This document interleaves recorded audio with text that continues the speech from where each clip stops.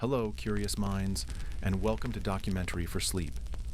If you found your way here tonight, maybe your mind hasn't quite powered down yet. Or maybe you're looking for something gentle to play in the background while you cook, work, or drift towards sleep. However you're listening, this is your moment to slow down and wander backward. Not into fantasy, but into the deep past, into science, into memory. Tonight's question might surprise you. Why do humans lie? And what if lying itself was part of how we evolved? How we learned to survive together? Unlike animals that rely on camouflage or mimicry, humans built entire social worlds, and sometimes bending the truth became a strategy for protection, cooperation, and survival. This is a space for soft science, not wild speculation. Anthropology, psychology, and evolution told slowly, without noise.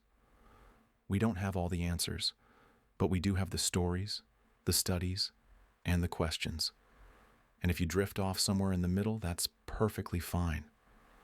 I've left timestamps in the description so you can find your way back tomorrow, because this story, from beginning to end, is worth hearing.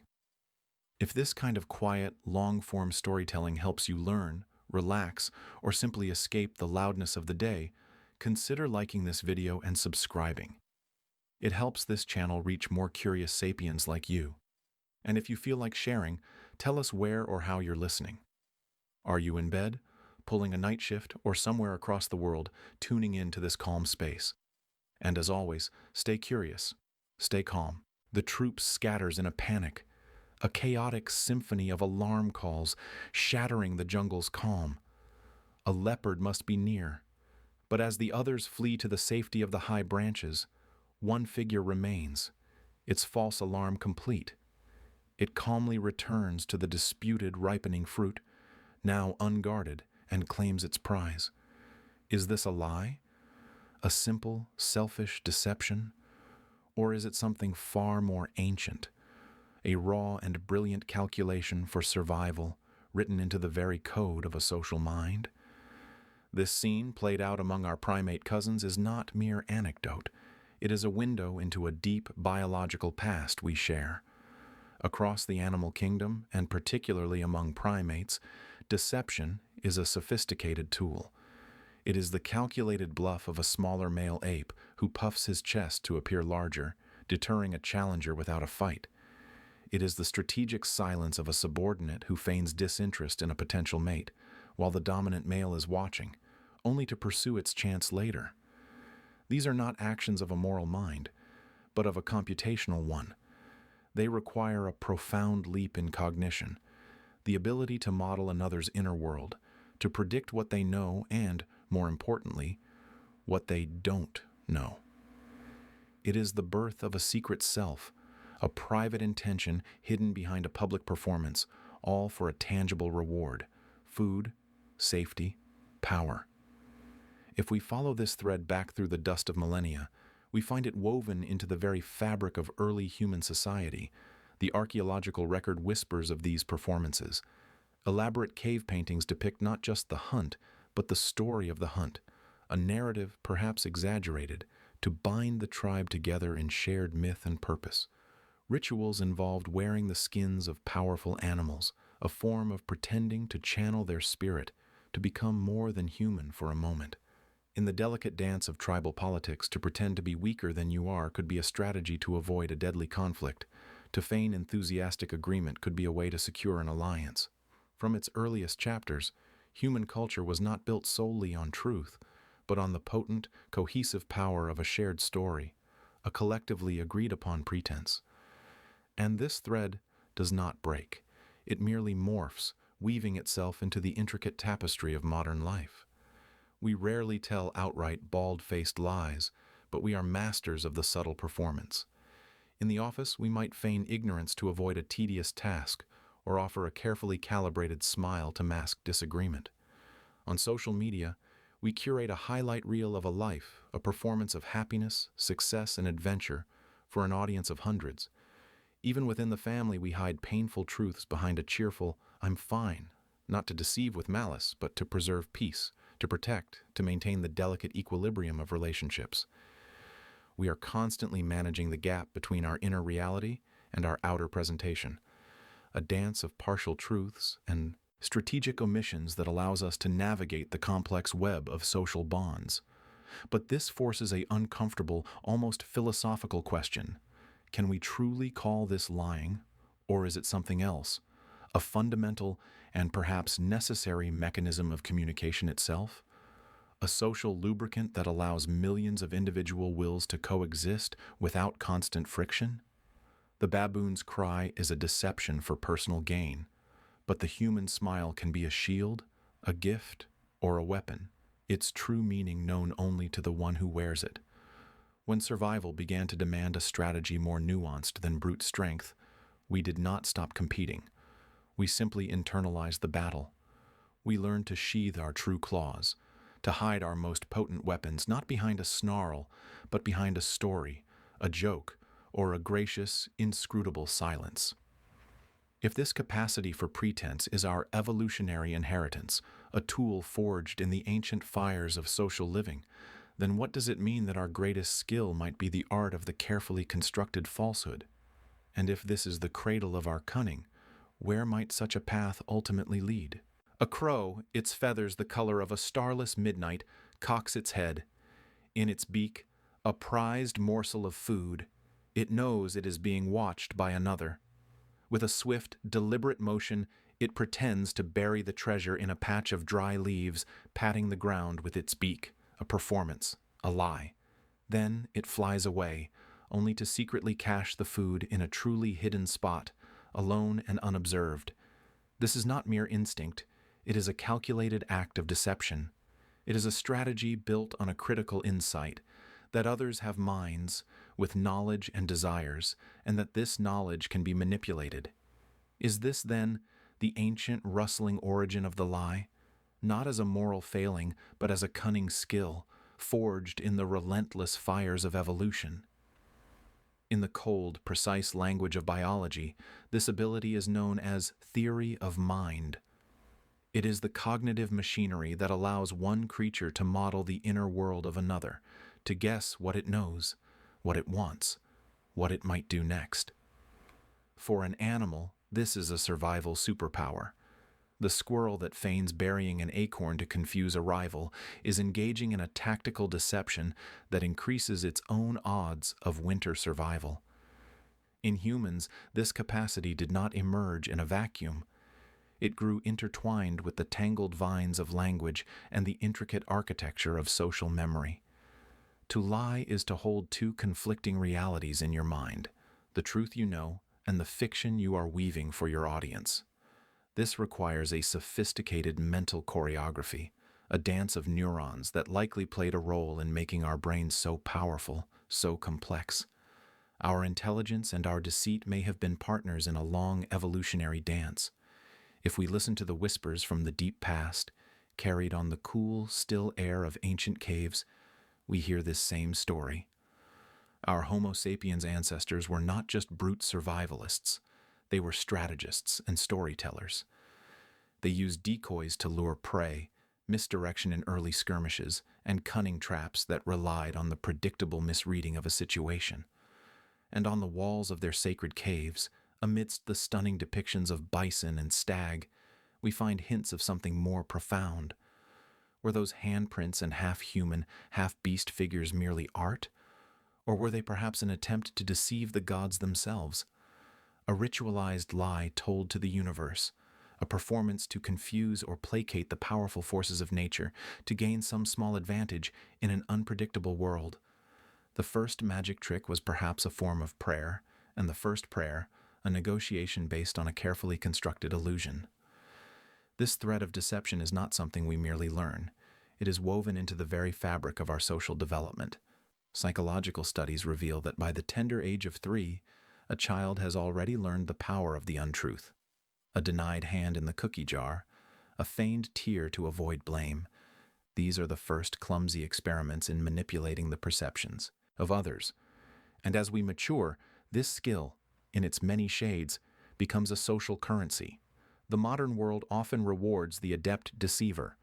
We call it diplomacy in statesmen, strategy in CEOs, charm in a suitor, the ability to carefully curate a version of the truth, to omit or emphasize, to tell a compelling story that is not entirely whole, is frequently a ladder to social and professional success. It greases the wheels of interaction, allows for face-saving fictions, and builds alliances. In a stark, Darwinian sense, it works. This presents us with a deeply unsettling paradox. If deception is such a powerful tool, so deeply embedded in our biology and so visibly rewarded in our societies, does that make honesty an evolutionary disadvantage? Is the blunt, unvarnished truth a luxury that the pragmatist cannot afford? Is the truly honest individual, like a creature without camouflage, left exposed and vulnerable in the complex ecosystem of human relations? The question hangs in the air, challenging our moral compass with the cold logic of survival. Yet for every master manipulator, there are countless others whose lies are transparent, whose deceptions collapse under the slightest pressure. This reveals that effective deceit demands more than just understanding your target. It requires an almost artistic control over your own tells, your voice, your face, your body, and perhaps to truly believe the fiction you are selling, to make it utterly convincing. The most crucial skill is not the ability to lie to others, but the capacity to first deceive oneself, to quiet the internal critic, to blur the line between the story you are telling and the person you believe yourself to be. Could it be that the most profound and successful lies are those we have already whispered to our own souls? The newborn's cry is a piercing siren of pure need, a sound that bypasses the ear and vibrates directly in the primal core of a parent's brain. It is a call that cannot be ignored, but watch closely. The mother steps out of the room and the wails begin. A stranger enters and the sound cuts off instantly. The tiny face, still slick with tears, is now a placid, observing mask. This infant, who cannot yet form a word, who has no concept of truth or fiction, is already a performer. They have not learned the art of the lie, but they have mastered its precursor, the manipulation of perception for survival. It makes one wonder, are we born with an innate capacity for deception woven into the very fabric of our being? This behavior is not a moral failing. It is a genetic imperative. From a biological standpoint, those attention-seeking behaviors in infants, the fake cry, the immediate quieting upon being observed, are not random acts. They are sophisticated, instinctual strategies honed by millennia of evolution. The cry is a tool, finely calibrated to trigger a caregiving response, to ensure protection, nourishment, and ultimately, survival. The genes that favor those who can most effectively secure attention are the very genes that get passed on. This primal deception is not a vice, but a vital inheritance, a whisper from our deepest ancestry that says, "Be noticed or be forgotten." We can trace this thread back through the long corridor of our shared history to the firesides of our ancient ancestors. In those early social groups, resources were scarce and parental attention was a prize to be won. Among siblings, a constant quiet competition unfolded. The child who could most effectively communicate their need, or perhaps even amplify it, held a distinct advantage. The one who could charm, who could elicit a smile or a comforting touch through a well-timed coo, was more likely to be fed, warmed, and protected. This was not a calculated malice, but a natural selection of behavior. The seeds of social manipulation were sown in the fertile ground of necessity, nurturing those who understood that survival was not just a physical game, but a social one. And then, the brain begins to bloom. By the age of 3 or 4, a fascinating and often unnerving development occurs. A child with chocolate smeared on their face will look you in the eye and claim they did not eat the cookie. They begin to hide information, to craft simple alibis, to navigate the gap between what they know and what you know. This is not a failure of parenting or a sign of a corrupt character. It is a cognitive milestone, as significant as a first step. It marks the awakening of what psychologists call a theory of mind, the profound realization that other people have their own thoughts, knowledge, and beliefs, which are separate from one's own. We do not learn to lie. We discover that we can. It is an emergent property of a developing brain becoming aware of its own power and the separate consciousness of others. This progression presents an unsettling inversion of our usual moral framework. If the impulse to deceive is this deeply rooted in our biology and our developmental psychology, then what does that make honesty? Is truthfulness not our natural state, but a difficult social construct we must painstakingly learn? We spend years teaching children the virtue of telling the truth, fighting against a current that seems to flow so naturally in the opposite direction. We are civilizing an innate tendency, building a dam against a primal river. This training is the foundation of society, of trust, of cooperation. But one must ask, what are we building it upon? If our natural inclination leans toward curating reality, then the truth becomes a discipline. It is a practice, a conscious choice to override a deeper, older instinct. But this raises a more disquieting thought. We practice this discipline to report on our memories, to share our experiences, to tell our stories. Yet, what is the raw material of that practice? Human memory is not a perfect recording. It is a fragile, reconstructive process, edited with every recollection. We are, in a sense, telling stories to each other, based on files that are already corrupted from the start. We strive for honesty using a tool that is inherently imperfect. So, what are we truly preserving when we fight so hard to tell the truth? This struggle between fabrication and reality is not just played out in our behavior, but within the very architecture of our minds. It is a battle waged in the neural pathways of the prefrontal cortex. The text continues into the next section. The con artist's brain, the prefrontal cortex, the seat of complex planning, social reasoning, and impulse control, is the very stage where the drama of deception unfolds. It is the engine that allows us to imagine a reality different from our own, to project it, and to convincingly sell that fiction to another mind. Yet, in a beautiful and paradoxical twist of evolution, this same region is also the home of the lie detector. It is the part of the brain that analyzes subtle social cues, that feels the prick of empathy, that weighs actions against a moral code. So, if the same tool is used to both create the lie and to see through it, what does that say about the constant, silent conversation we have with ourselves? The brain on a lie is a landscape of conflict. If you were to slide a practiced liar into the magnetic hum of an fMRI machine, you would witness a silent, spectacular civil war. At first, the screen would light up like a city under siege. The dorsolateral prefrontal cortex, the cold, logical planner behind our eyes, would flare with activity, working overtime to construct a believable alternative to reality. Beside it, the anterior cingulate cortex, a neural conflict monitor attuned to moral stumbles, would scream in protest, a bright nod of anguish signaling that something is deeply, fundamentally wrong. This is the brain of an amateur, a person for whom deception is a difficult and costly act. But watch this same brain over time, as the lies compound and the practice continues. The fireworks of neural activity begin to dim. The frantic lights in the prefrontal cortex grow quiet. The anxious alarm of the ACC fades to a dull, manageable thrum. The lie, once a heavy stone to carry, has become light as a feather. What does it mean when the act of deception no longer sparks a war within us, but is instead met with a calm, practiced silence? This quieting is not a malfunction, but an adaptation, a neurological shortcut carved by repetition. The dorsolateral prefrontal cortex and the anterior cingulate cortex are the guardians at the gate of our behavior, the arbiters of impulse control and ethical calculus. Their initial, vigorous activity is the tax the brain pays for breaking its own rules. It is cognitive labor, building a parallel truth while diligently suppressing the real one.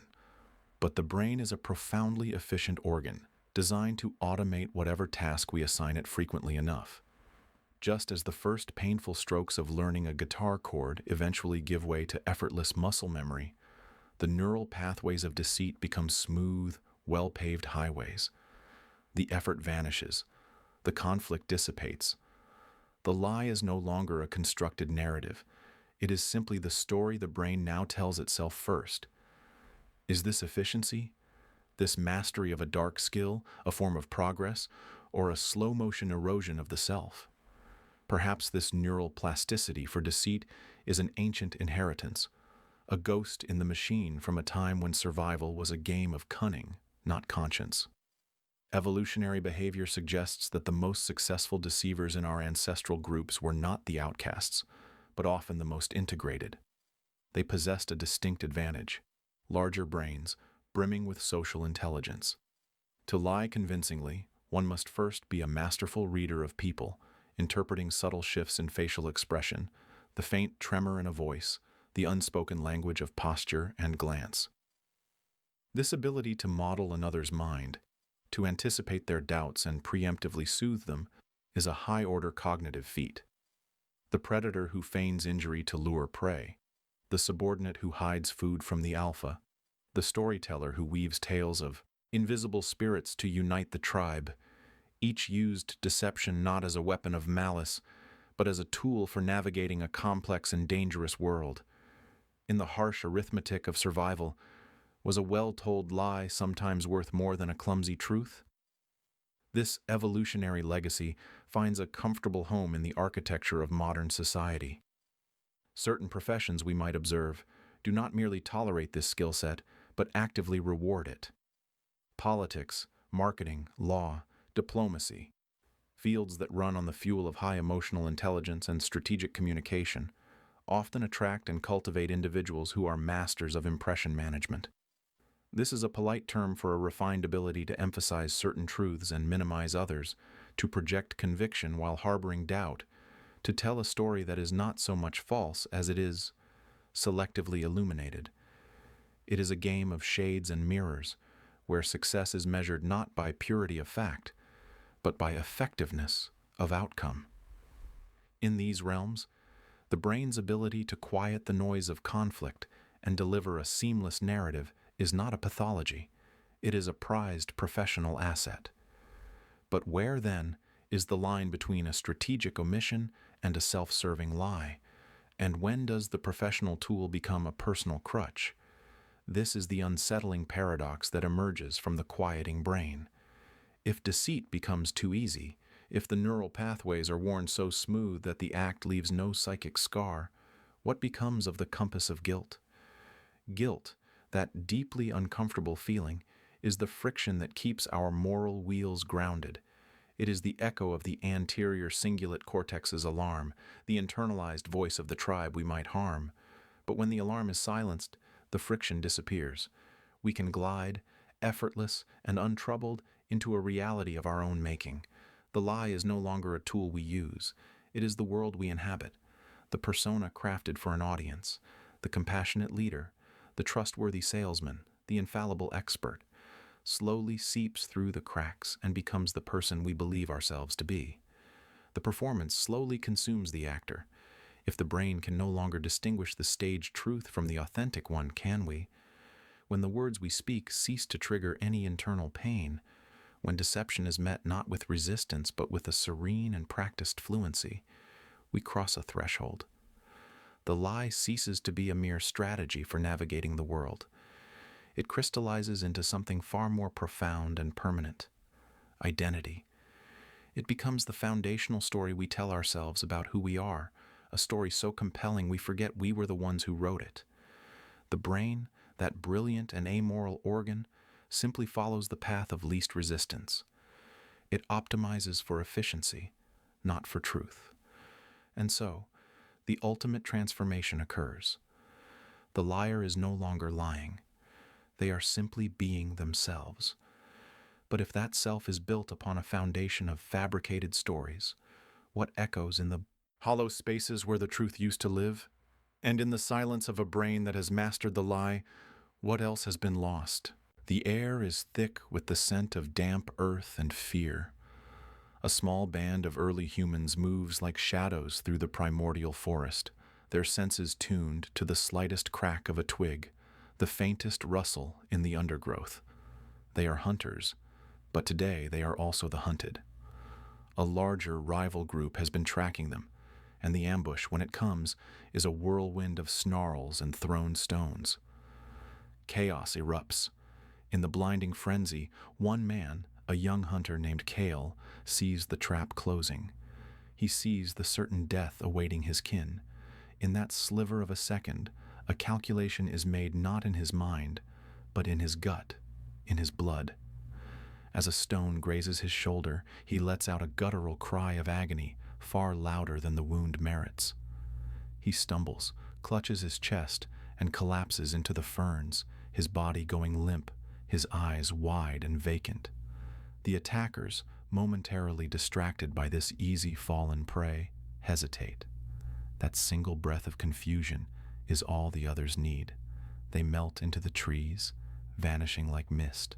Kale lies perfectly still, playing dead until the danger passes, his heart hammering against his ribs like a trapped bird. His deception was a flawless performance.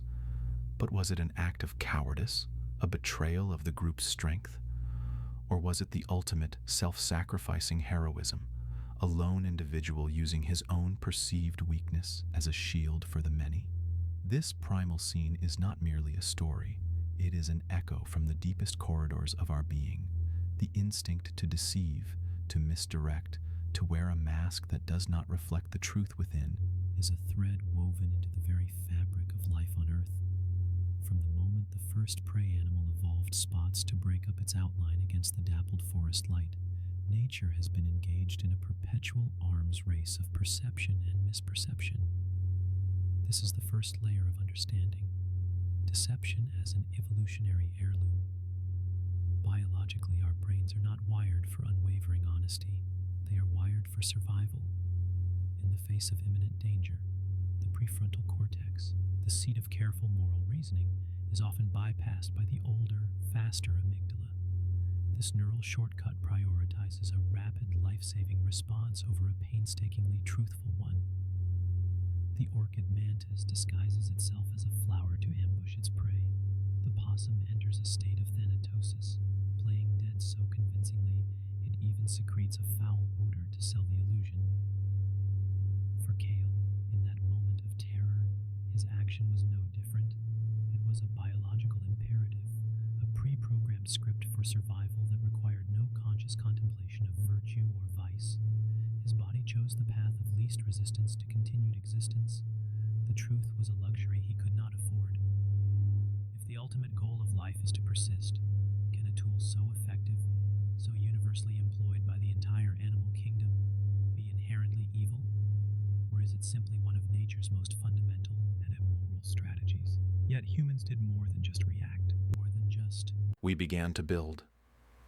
The second layer is etched not in instinct, but in bone and stone.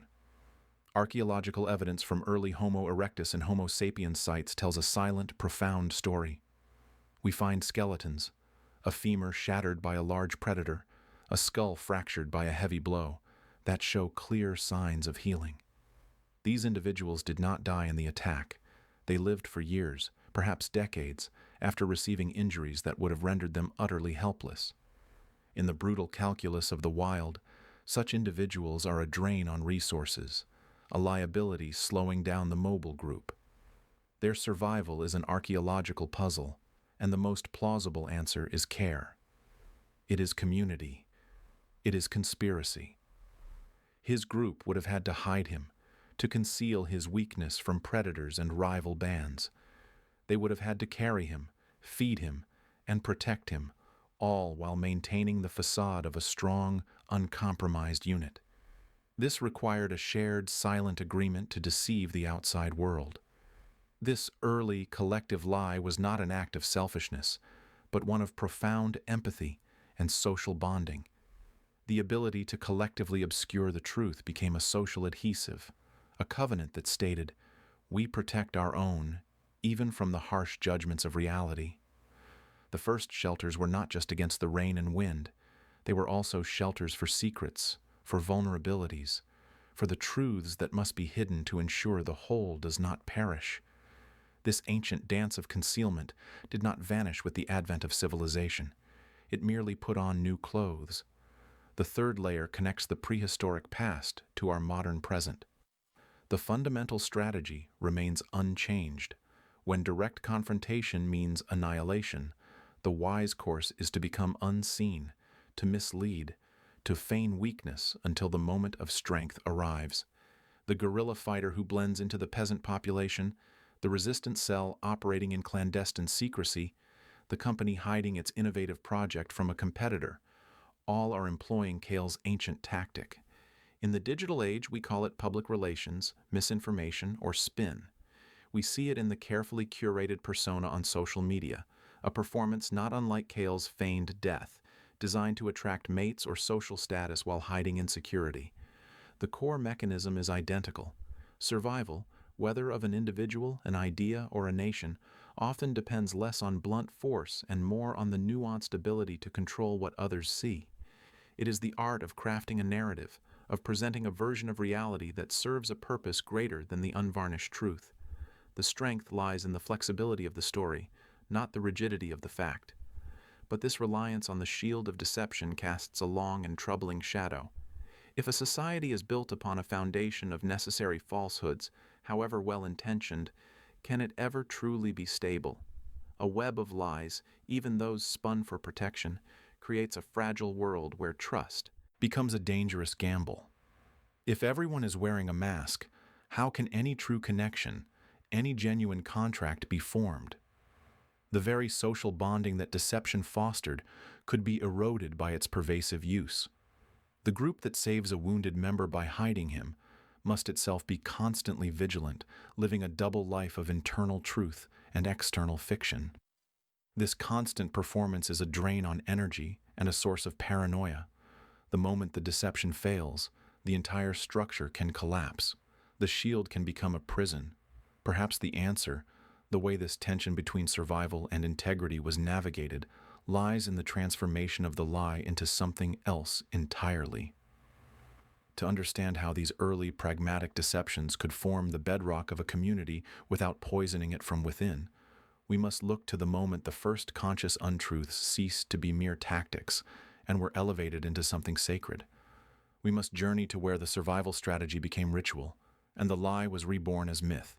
For in a world of absolute and brutal honesty, where every weakness is exposed and every intention declared, who would be left to tell the tale? Imagine a man, his ribs pressing against his skin, the hollow ache in his stomach a constant companion. He is the last in his small tribe to know the location of a hidden cache of food, a secret buried under rocks and leaves, a final insurance against the deepening winter. A fellow tribesman, eyes wide with a desperation he can no longer hide, asks him directly, "Do you know where the food is?" The man hesitates. He sees the need, but he also sees the future. The long, silent days ahead where that cache is the only thing standing between them and oblivion. His culture has a simple, stark rule: do not lie. And so he tells the truth. He reveals the location. The next day, the food is gone, shared out in a frantic, fleeting feast. A week later, the man is dead. Starvation, they say. But perhaps it was honesty, an unyielding, absolute honesty that, in this instance, was a catastrophic failure of the most basic instinct: to survive. This is the trap of absolute truth. It presents itself as the highest moral ground, a pristine peak we feel compelled to climb. Yet the journey to that summit is often littered with the casualties of those who refuse to bend, to obscure, or to remain silent. Our reverence for truth is a modern luxury, a philosophical ideal that often forgets its own humble and far more pragmatic origins. The human brain, that 3-pound universe of thought and feeling, was not sculpted by evolution to be a perfect vessel for objective truth. It was engineered for survival and social navigation. Its primary function is not to see the world as it is, but to see it in a way that keeps us alive and, if possible, elevates our status within the tribe.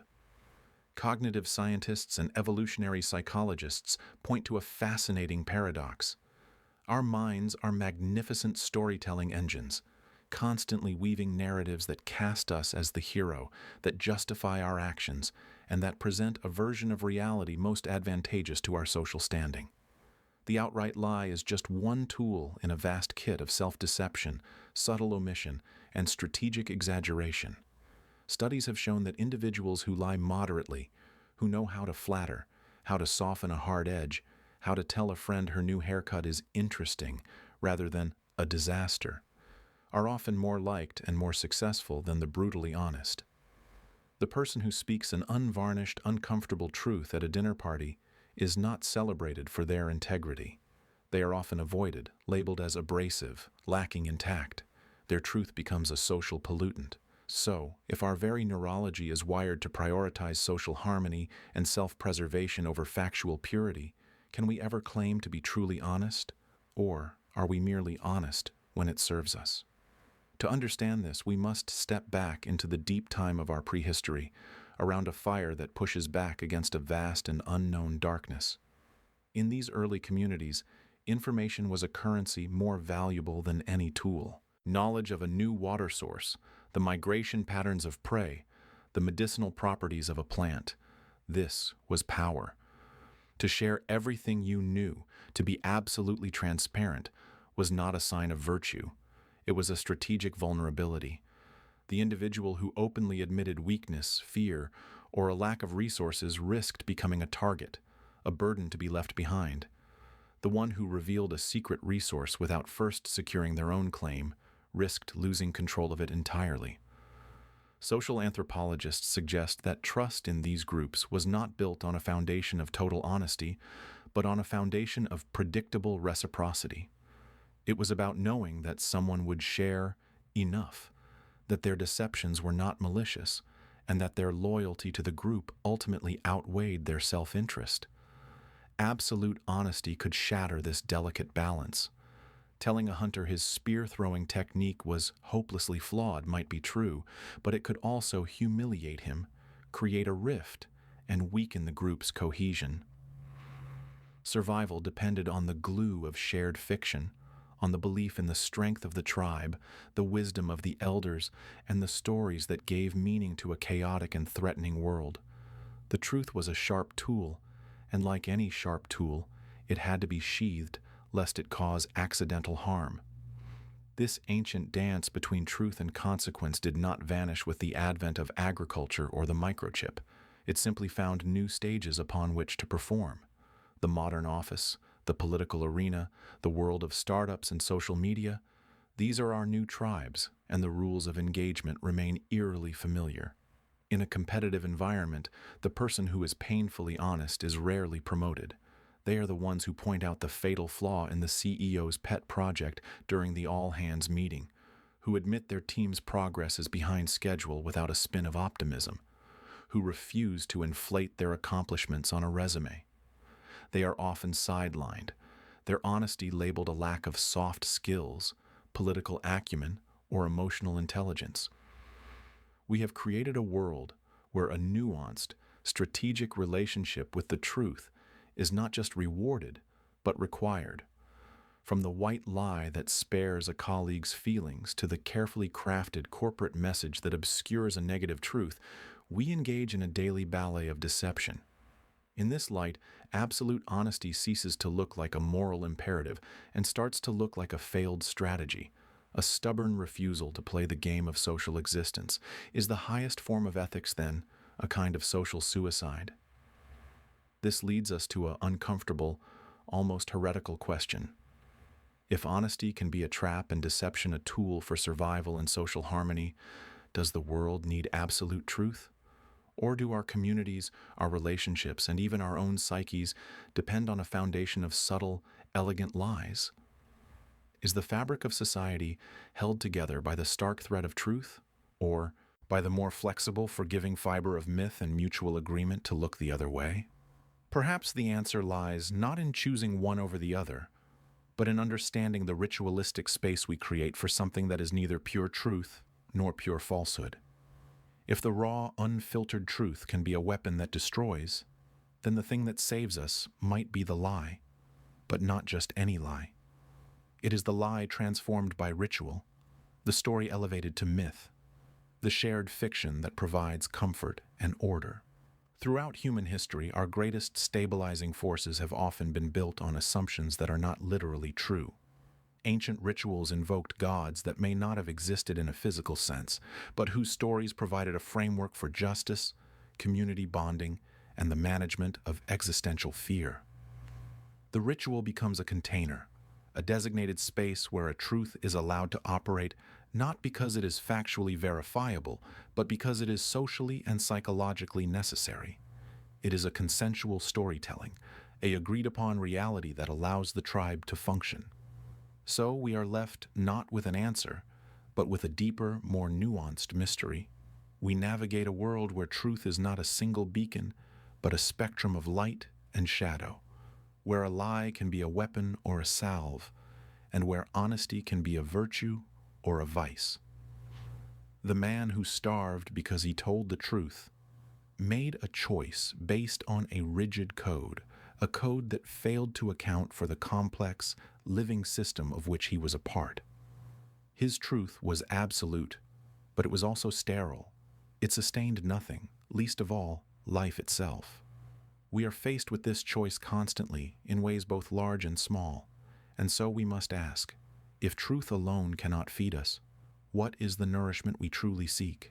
Is it the cold comfort of a fact, or the warm, sustaining glow of a story told around a fire, a story that binds us together and gives us the courage to face the darkness, regardless of its literal veracity? Imagine a scene tens of thousands of years ago. A shaman, face painted with ochre and ash, stands before his tribe. The hunt has been too successful, too reckless. The great herds are thinning. He speaks of a vision, a spirit of the mammoth or the bison, enraged by the waste, by the lack of reverence. He weaves a tale of coming punishment, of barren winters and silent plains, unless they change their ways. It is a story, a fabrication, born not of malice, but of desperate necessity. There is no way to prove it. Yet the tribe listens. They adapt. They survive. This was perhaps one of humanity's first great social contracts, not written in law, but etched in fear and story. It was a lie that served a deeper truth, the truth of ecological balance. But in that moment, a profound line was crossed. The human mind had discovered it could craft a shared reality, a fictional glue, powerful enough to bind a community together. This capacity stems from a deep-seated feature of our evolutionary wiring. We are, by nature, pattern-seeking creatures, and chief among the patterns we seek is agency. This is the first layer, our evolutionary anthropology. When the thunder booms or a child falls ill, our ancient brain does not instinctively reach for barometric pressure or viral pathogens. It reaches for a who, not a what. It imagines a sentient force, a displeased ancestor, a capricious god. This tendency, known as hyperactive agency detection, is a cognitive shortcut.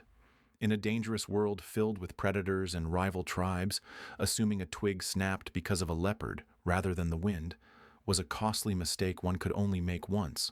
The bias toward intentional, purposeful explanations for events became hardwired. It was a safer bet. So we began to populate the world with invisible actors, giving faces to the faceless storms and names to the nameless diseases. We preferred a story with a villain, a hero, or a lesson over the chilling randomness of pure causality.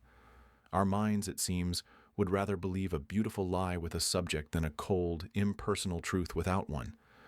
This innate craving for purposeful narrative found its first grand canvas in the darkness of subterranean caves. This is the second layer, archaeological ritual. Places like Chauvet and Lascaux are not simply prehistoric art galleries, they are cathedrals. The breathtaking depictions of aurochs, lions, and horses are not mere recordings of a day's hunt. They are too potent, too deeply symbolic, placed in chambers that required effort and danger to access. These were the stages for rituals. Here, the tribe's story was not just told, it was performed. The act of painting itself, of breathing life into the stone, was an act of communion with the subject. A ritualistic kill, perhaps of a single beast portrayed on the wall, was not about sustenance alone. It was a transaction, a story of control acted out for the community. It was a way of saying, we understand the rules of this world, we respect the spirit of the prey, and in return, it grants itself to us. This was collective fiction in its most visceral form, a story so believed that it dictated action, channeling fear and hope into a controlled, communal ceremony. The cave was a theater, and the performance was one of survival, blurring the line between the real and the imagined for the benefit of all. And this impulse did not fade with the advent of agriculture and cities. It simply found new costumes. This is the third layer, our modern society. We like to believe we have outgrown such primitive superstitions, that we are creatures of pure reason and fact. But look around. A promise is a tiny ritual, a spoken spell that attempts to bind the future to our present word. A wedding is a spectacular piece of theater, with costumes, scripts, and vows, all designed to transform a personal bond into a publicly recognized, and thus more durable, institution. A national holiday is a collective retelling of a foundational story, often simplified and mythologized, to reinforce a shared identity. Our money is just printed paper and digital code, worthless in itself, yet we all participate in the grand fiction that it has value. This is the power of social reality. A lie, if believed by everyone, ceases to be a lie and becomes a fact of life. It becomes the invisible architecture of trust and cooperation that allows millions of strangers to live and work together. We are constantly ritualizing our existence, building shared narratives that, while not necessarily objectively true, are socially true. They are the cages we build to tame the chaos of existence, the stories we agree to tell each other to feel less alone in a vast and indifferent universe. Yet here we arrive at the precipice of a terrifying question. If a shared lie can save a tribe, what else can it do? If the very fabric of our society is woven from stories we collectively agree to believe, how do we ever discern truth from fiction? The line between a life-saving ritual and a dangerous delusion becomes perilously thin. The same mental machinery that allows a tribe to sustainably manage its resources by believing in a spirit of the hunt also allows for witch hunts, fanaticism, and the blind adherence to ideologies built on sand. The tool that builds community can also become a weapon of mass manipulation. If our reality is consensual, what happens when that consent is manufactured by a cunning shaman, not for the benefit of the tribe, but for his own power? The cave paintings celebrated the spirit of the prey. What rituals do we perform today that might, in fact, be celebrating our own captivity? The answer, it seems, lies not in abandoning story, but in understanding its primal source. The escape from this labyrinth of our own construction is found in the very thing that built it. The most powerful tool for both binding and freeing the human mind is the story itself. And so, we turn to the campfire, to the first beautiful lie ever told. Before the written word, we told tales. Not to archive fact, but to build something more fluid and more powerful, belief, reputation, and morality. These stories were living things, changing with each telling, embellished with a little extra salt and fish sauce to make the lesson stick, to make the hero brighter, the warning sharper. We began not just to use stories, but to live inside them. We started making things up, not to deceive, but to make sense of it all. And in doing so, we embarked on our most uniquely human adventure, the act of fictionalizing our way to survival. But if we are the stories we tell, what does it mean when the story changes? And who, truly, holds the pen? The fire crackles, a tiny sun against the encroaching dark, its heat a fragile shield against the chill of a world still wild. Shadows dance on the faces gathered around it, their features flickering between the ancient and the immediate. One man leans forward, the firelight catching the intensity in his eyes. He speaks of a day not long past, of a solitary hunt on the frozen plains. He describes the mammoth, a mountain of fur and fury, the tremor of the earth under its feet. the cold terror that gripped his own heart. Then, the throw of the spear, perfect, fateful, the beast's final thunderous collapse. He was alone. He was victorious. The truth. Perhaps it was a group effort, a chaotic, communal affair, where his role was one of many. Perhaps the beast was smaller, the struggle less heroic. But that is not the story being told tonight. Tonight, the story is one of singular courage. And for this story, he is not corrected or mocked. He is respected.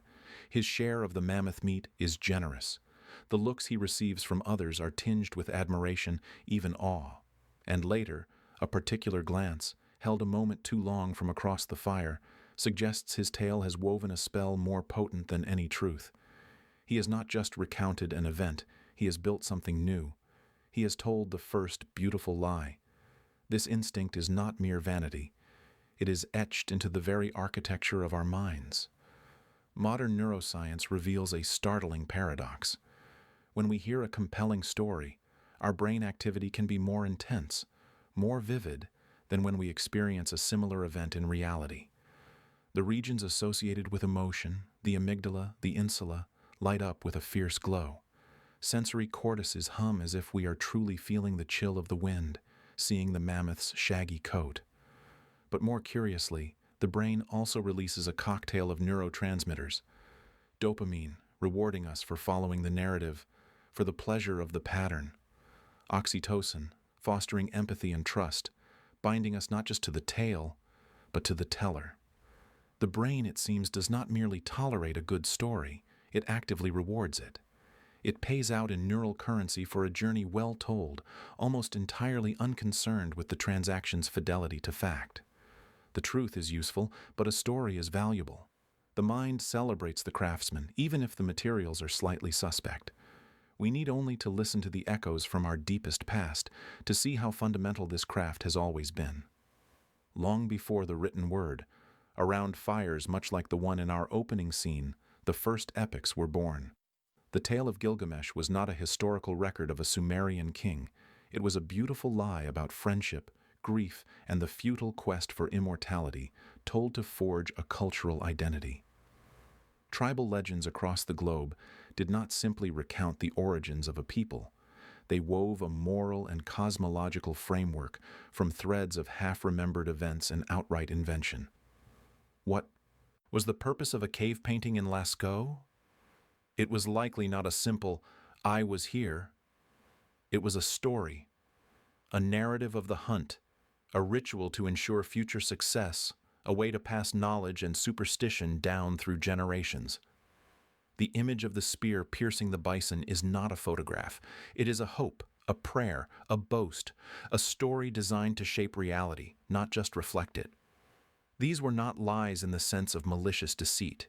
They were the beautiful, necessary lies that held tribes together, that gave meaning to a harsh and random world, that allowed experience to be condensed into wisdom and passed from hand to hand like a precious tool. And this tool has not dulled with age. It has only been sharpened and refined. Our modern world is not a realm of pure fact that has transcended story. It is a cathedral built upon them. A filmmaker does not present data. They weave a narrative that makes us feel joy, despair, or outrage. An advertisement does not list product specifications. It sells a story of the person you could become, more attractive, more successful, happier, if you just drink this soda, drive this car. A politician does not recite policy points. They tell a story of a nation in decline or on the brink of greatness, of us versus them, of a future that is either bright or bleak. The most influential person in any room is rarely the one with the most facts, but the one with the best story. They can make us buy something we do not need, fervently believe in a cause, or cast a vote that shapes history. They can achieve all this, even if their story is built upon a foundation of selective truths, exaggerated threats, and polished half-truths. The power lies in the telling, in the connection forged, in the reality that the story builds in the minds of the audience. This immense power forces a difficult, perhaps unanswerable question. Is this act of storytelling at its core a fundamental deception? A glorious and evolutionary adaptation for manipulation? Or is it something else entirely? A different, more ancient way of grasping truth? Not the cold, hard truth of a data point, but the warmer, more complex truth of meaning, of lesson, of emotional resonance. Perhaps the man who killed the mammoth alone did not exist, but the story contains the truth of courage that every hunter must find. Perhaps Gilgamesh never lived, but the story holds the true pain of losing a friend. The storyteller, then, is not a liar, but a curator of truths. They hold the raw clay of reality and shape it into a form that we can understand, remember, and use. They hold a truth in their hand, but it is a truth they have learned to adjust, to polish, to highlight, all for a purpose. Is this deception, or is it the highest form of communication? This line of inquiry leads us to a precipice, to a realization that strikes closer to home than any epic myth or political speech. For if the stories we tell each other are malleable, what of the stories we tell ourselves? Our own lives are not lived in pure experience.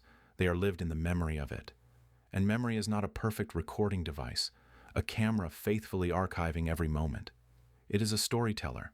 It is a fragile, creative, and often self-serving curator of our past. We do not simply remember events, we reconstruct them. And in that reconstruction, we edit. We soften the edges of our own embarrassments. We sharpen the highlights of our triumphs. We sometimes insert whole chapters of fiction to make the narrative of our lives more coherent, more palatable, more heroic. We tell ourselves the beautiful lies that allow us to sleep at night, to face the next day, to believe we are the heroes of our own journeys. So, if our past is a story, and our society runs on stories, and our brains are wired for stories, then what anchor do we have to reality? When we look back on the tapestry of our own lives, how many of the threads we see, the vivid colors of our proudest moments, the dark hues of our losses, are genuine? How much of the life we remember ever truly happened? The fire crackles, a tiny sun against the encroaching dark, its heat a fragile shield against the chill of a world still wild. Shadows dance on the faces gathered around it, their features flickering between the ancient and the immediate. One man leans forward, the firelight catching the intensity in his eyes. He speaks of a day not long past, of a solitary hunt on the frozen plains. He describes the mammoth, a mountain of fur and fury, the tremor of the earth under its feet, the cold terror that gripped his own heart, then the throw of the spear, perfect, fateful, the beast's final, thunderous collapse. He was alone. He was victorious. The truth? Perhaps it was a group effort, a chaotic communal affair where his role was one of many. Perhaps the beast was smaller, the struggle less heroic, but that is not the story being told tonight. Tonight, the story is one of singular courage, and for this story, he is not corrected or mocked. He is respected. His share of the mammoth meat is generous. The looks he receives from others are tinged with admiration, even awe.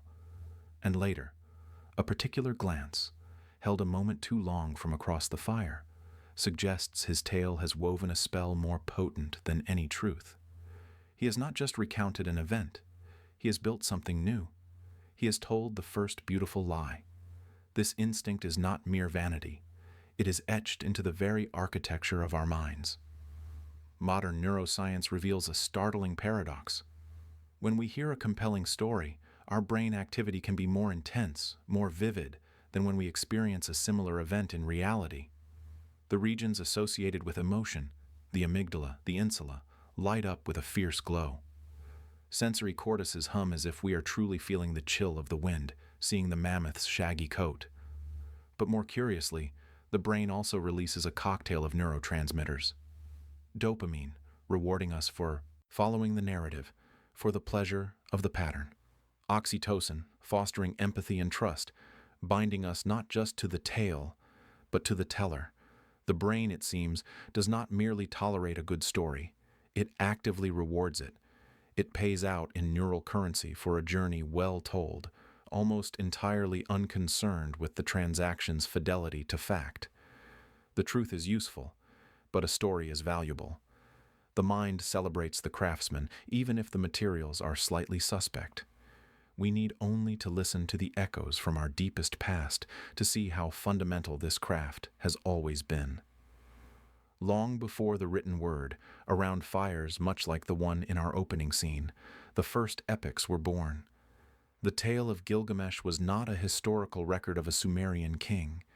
It was a beautiful lie about friendship, grief, and the futile quest for immortality, told to forge a cultural identity. Tribal legends across the globe did not simply recount the origins of a people.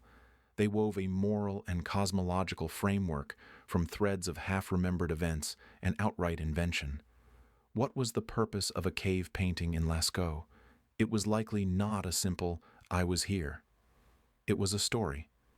A narrative of the hunt, a ritual to ensure future success, a way to pass knowledge and superstition down through generations. The image of the spear piercing the bison is not a photograph. It is a hope, a prayer, a boast, a story designed to shape reality, not just reflect it. These were not lies in the sense of malicious deceit. They were the beautiful, necessary lies that held tribes together, that gave meaning to a harsh and random world, that allowed experience to be condensed into wisdom and passed from hand to hand like a precious tool. And this tool has not dulled with age. It has only been sharpened and refined. Our modern world is not a realm of pure fact that has transcended story. It is a cathedral built upon them. A filmmaker does not present data. They weave a narrative that makes us feel joy, despair, or outrage. An advertisement does not list product specifications. It sells a story of the person you could become, more attractive, more successful, happier. If you just drink this soda, drive this car.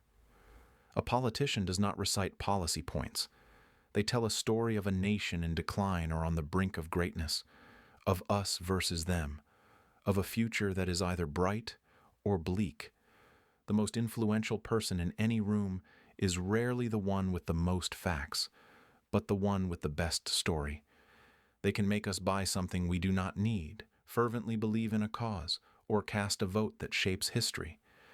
They can achieve all this even if their story is built upon a foundation of selective truths, exaggerated threats, and polished half-truths.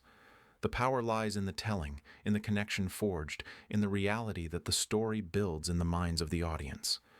This immense power forces a difficult, perhaps unanswerable question. Is this act of storytelling, at its core, a fundamental deception, a glorious and evolutionary adaptation for manipulation, or is it something else entirely, a different, more ancient way of grasping truth?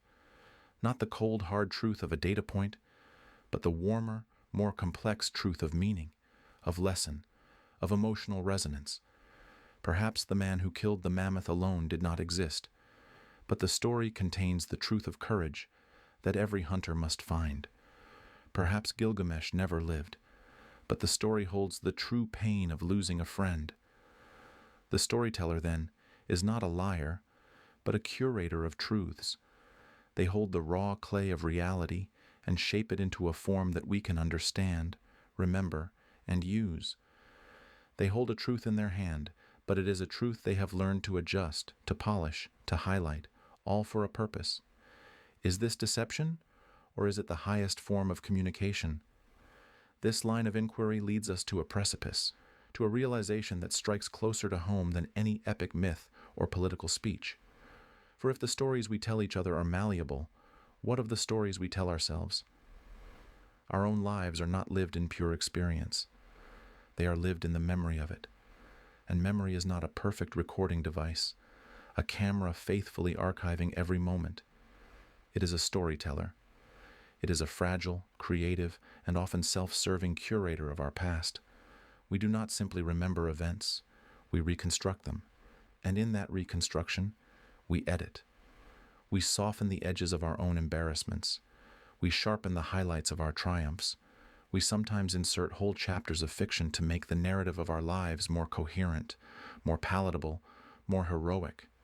We tell ourselves the beautiful lies that allow us to sleep at night, to face the next day, to believe we are the heroes of our own journeys.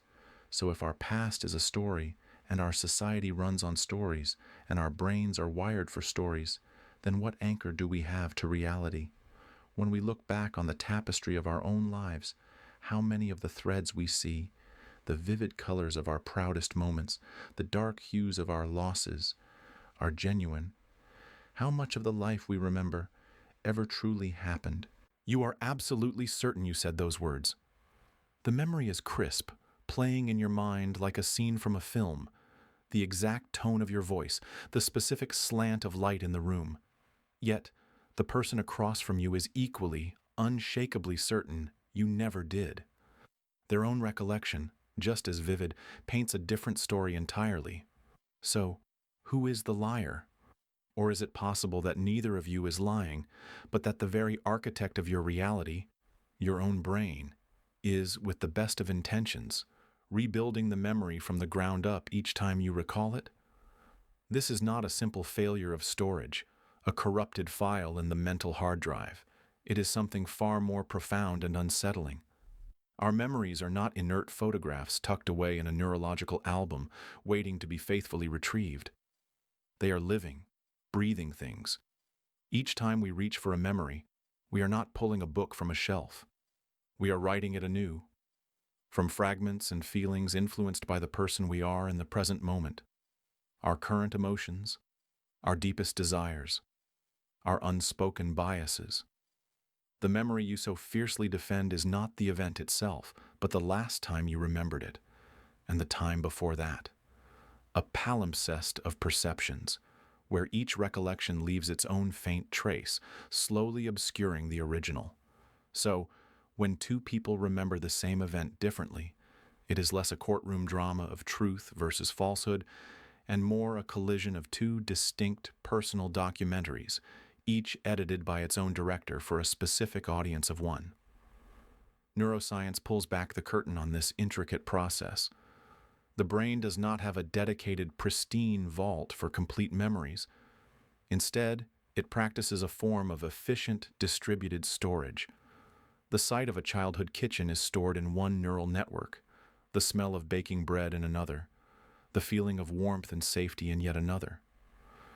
To remember that kitchen, your brain must launch a complex reconstruction project, gathering these scattered pieces and assembling them into a coherent scene. But this assembly line is not sterile. It is staffed by your present self. The emotions you feel now can tint the emotional tone of the past. A current longing can insert an object of desire into an old memory where it never existed. A present-day prejudice can reshape the motivations of a person in your recollection.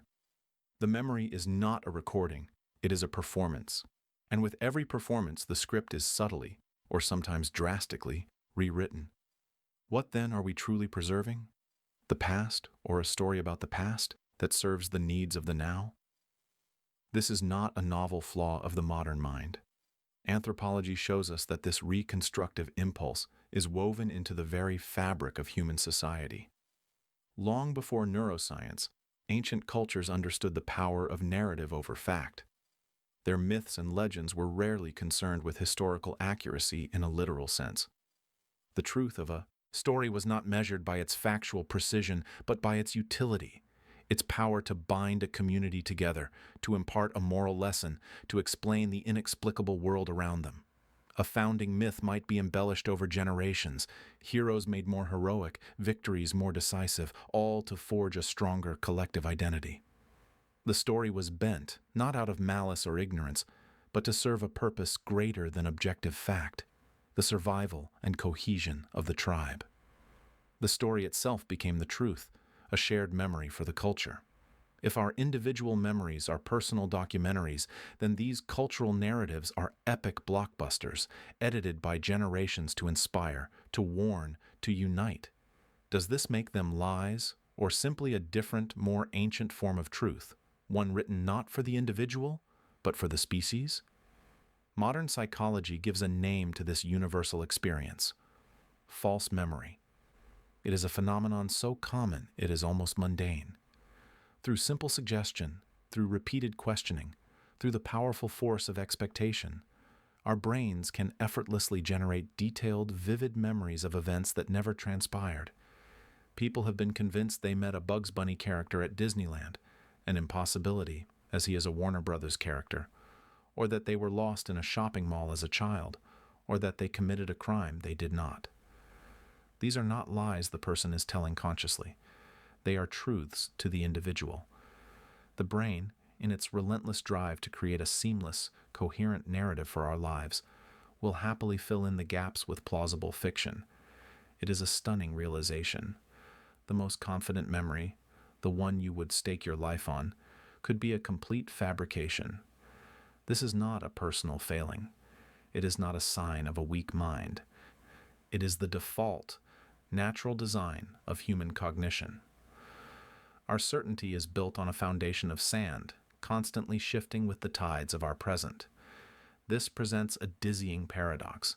If our most intimate records, our own memories, are inherently malleable and susceptible to error, how can we ever hope to navigate a world that demands truth?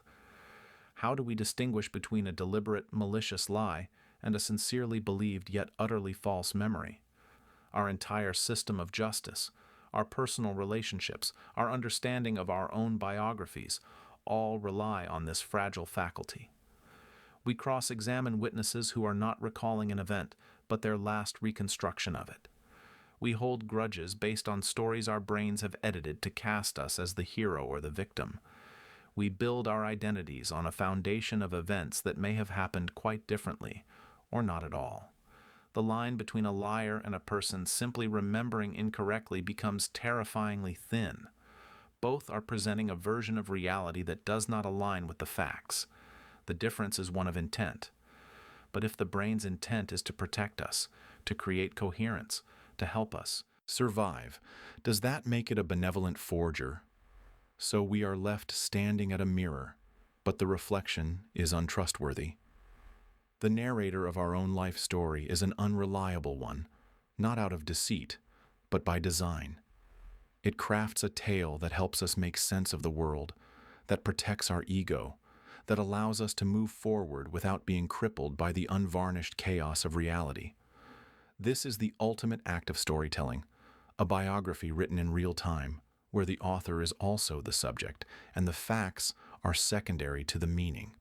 If our own consciousness is the product of this endlessly edited narrative, can we ever truly know ourselves, or are we merely the confident protagonist of a beautifully crafted fiction?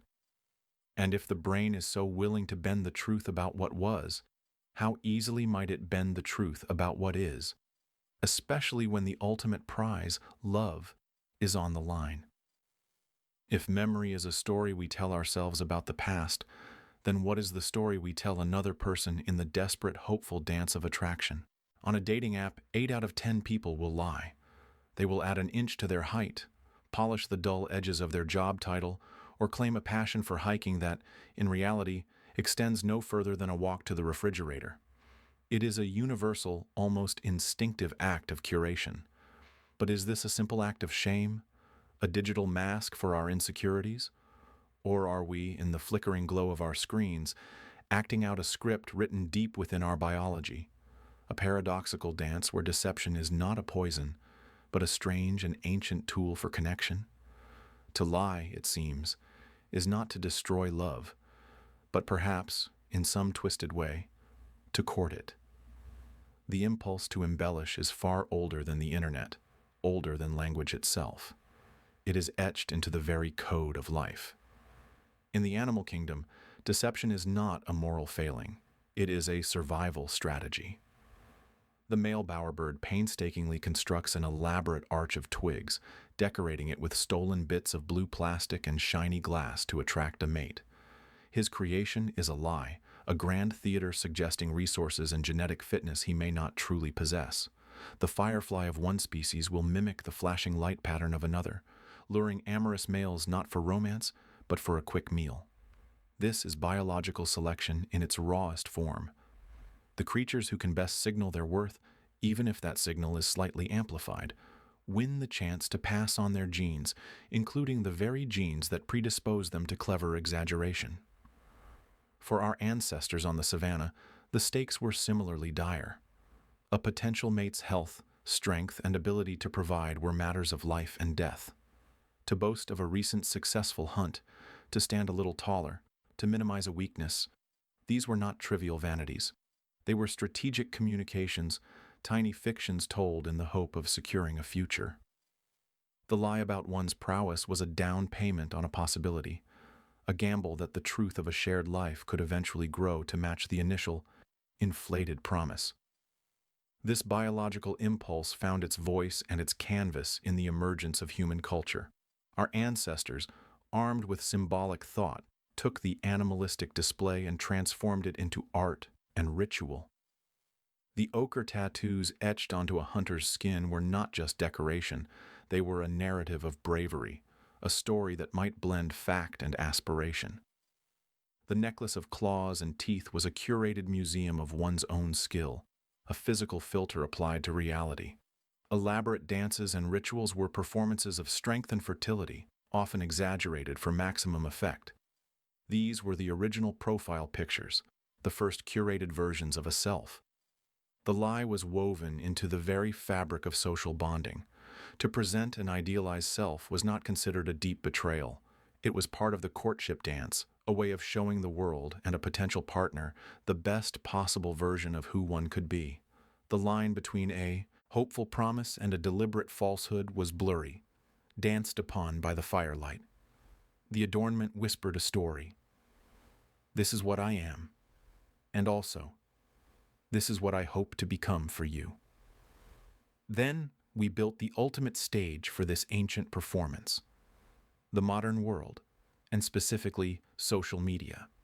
If the campfire was our first theater, the smartphone is our global amphitheater. These platforms are not a corruption of our natural state. They are the perfect, logical extension of it. They provide us with an arsenal of tools, filters, highlight reels, status updates, to construct what anthropologists call the idealized self. We craft narratives of endless vacations, professional triumphs, and serene happiness.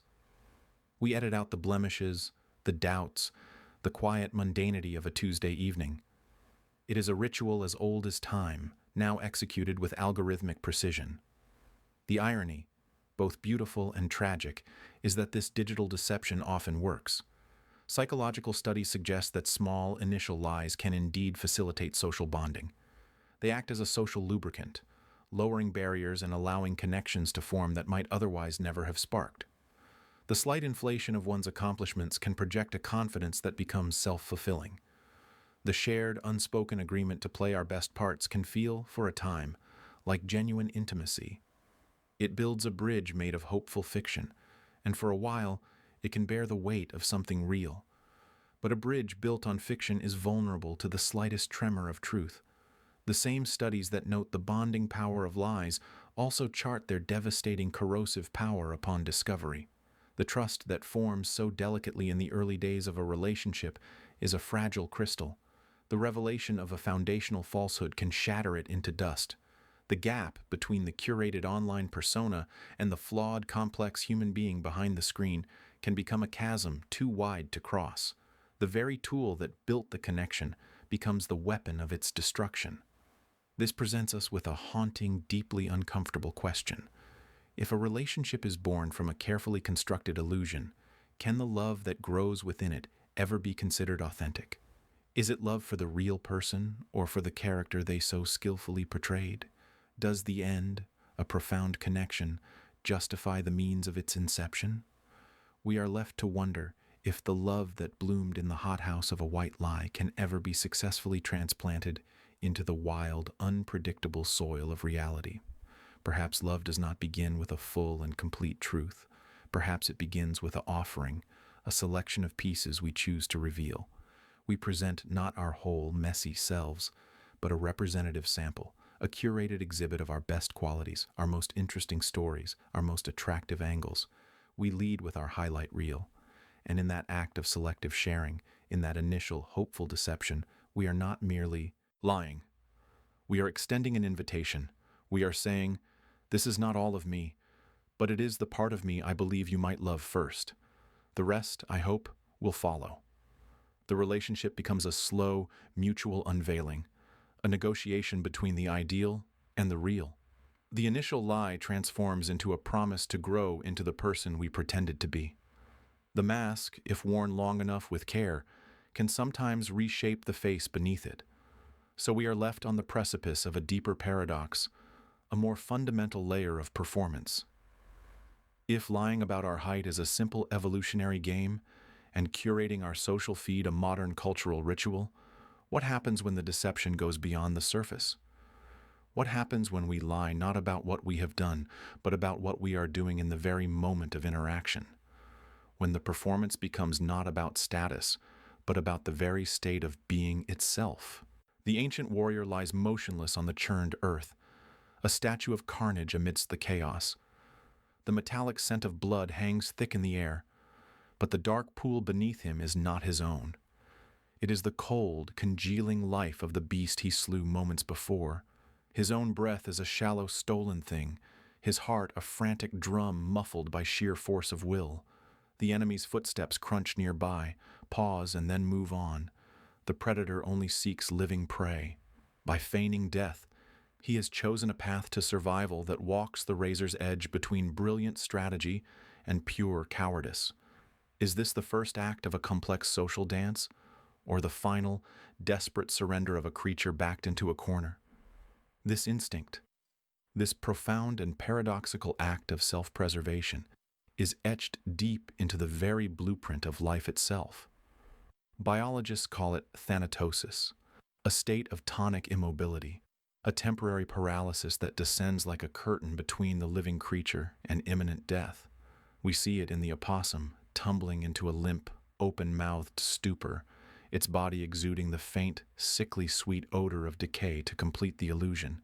We see it in certain snakes, flipping onto their backs in a convincing display of finality.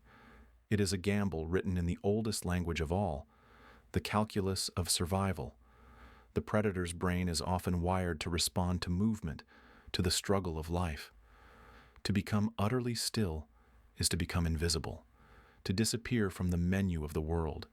It is not a conscious deceit, but a biological imperative, a circuit buried in the brainstem that screams, "Be nothing, and you may live to be something again." Humans, for all our complexity, never truly shed this ancient skin. We carry this dormant potential within our own neural architecture, a ghost in the machine waiting for the right, or rather the terribly wrong, set of circumstances to awaken. Our ancestors understood this instinct not as a biological term, but as a thread woven into the very fabric of their myths and survival strategies.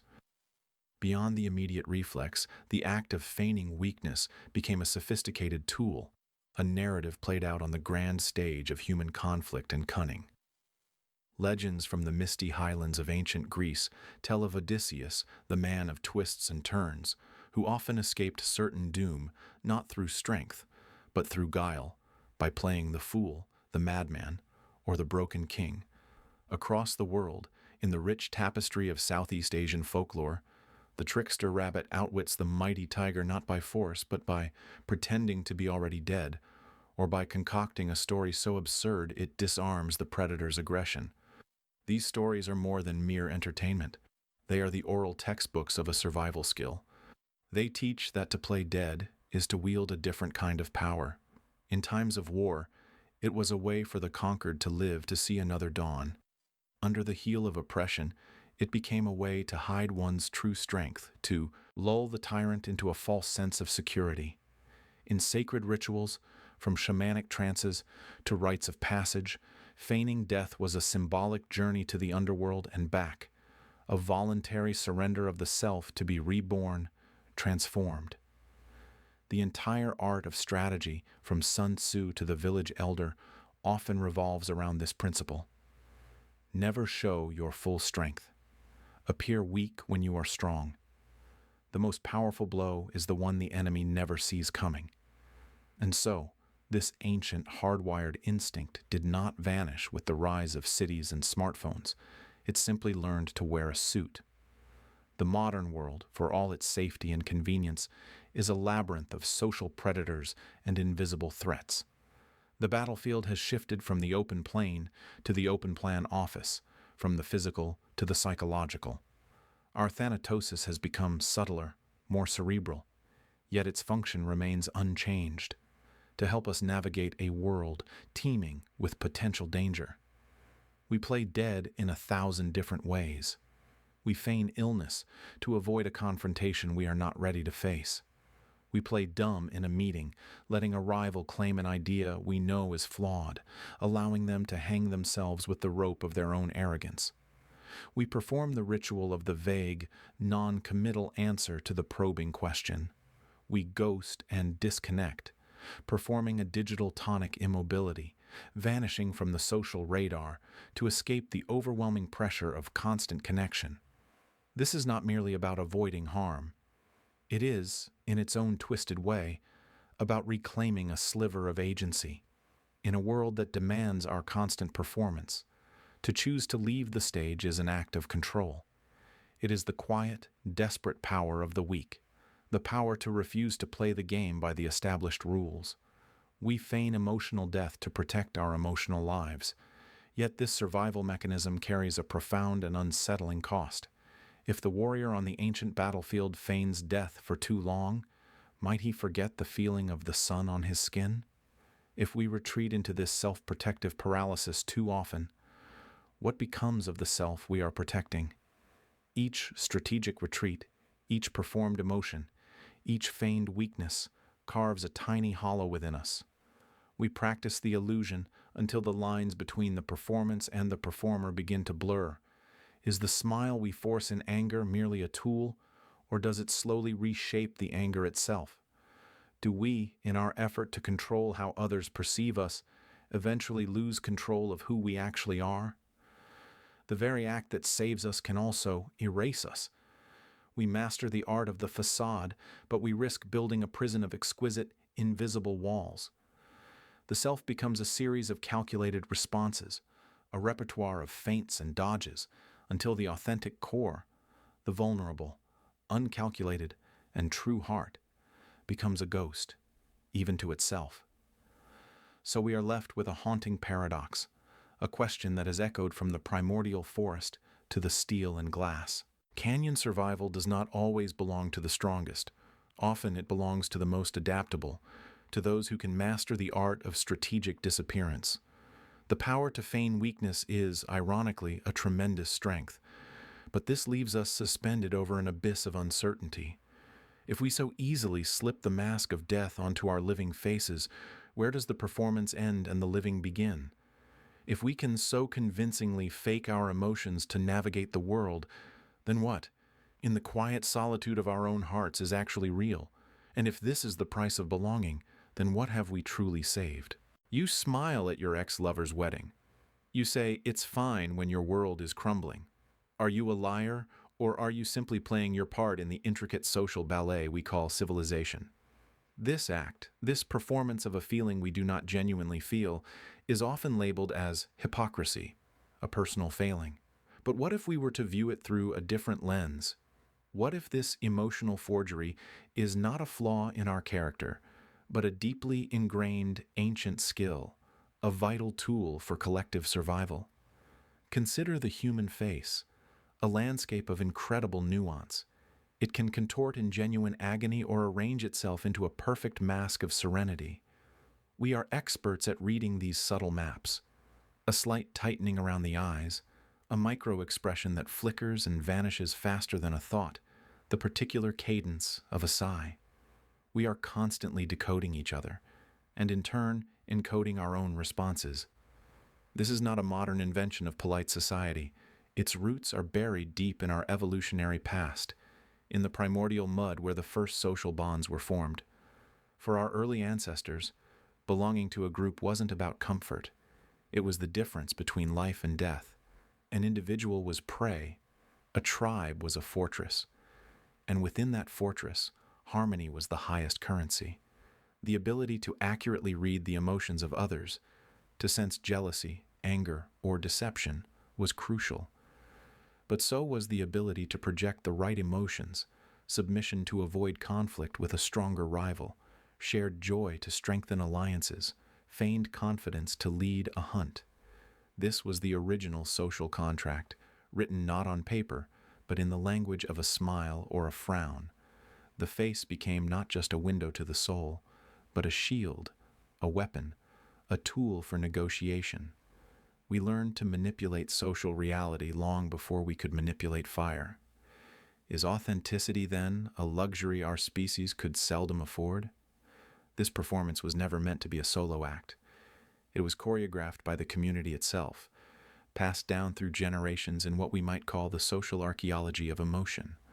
Long before psychology had a name for it, cultures were scripting our feelings. Funeral rites demanded public displays of grief, a collective wailing that both honored the dead and reaffirmed the bonds of the living, even for those who felt only numb relief.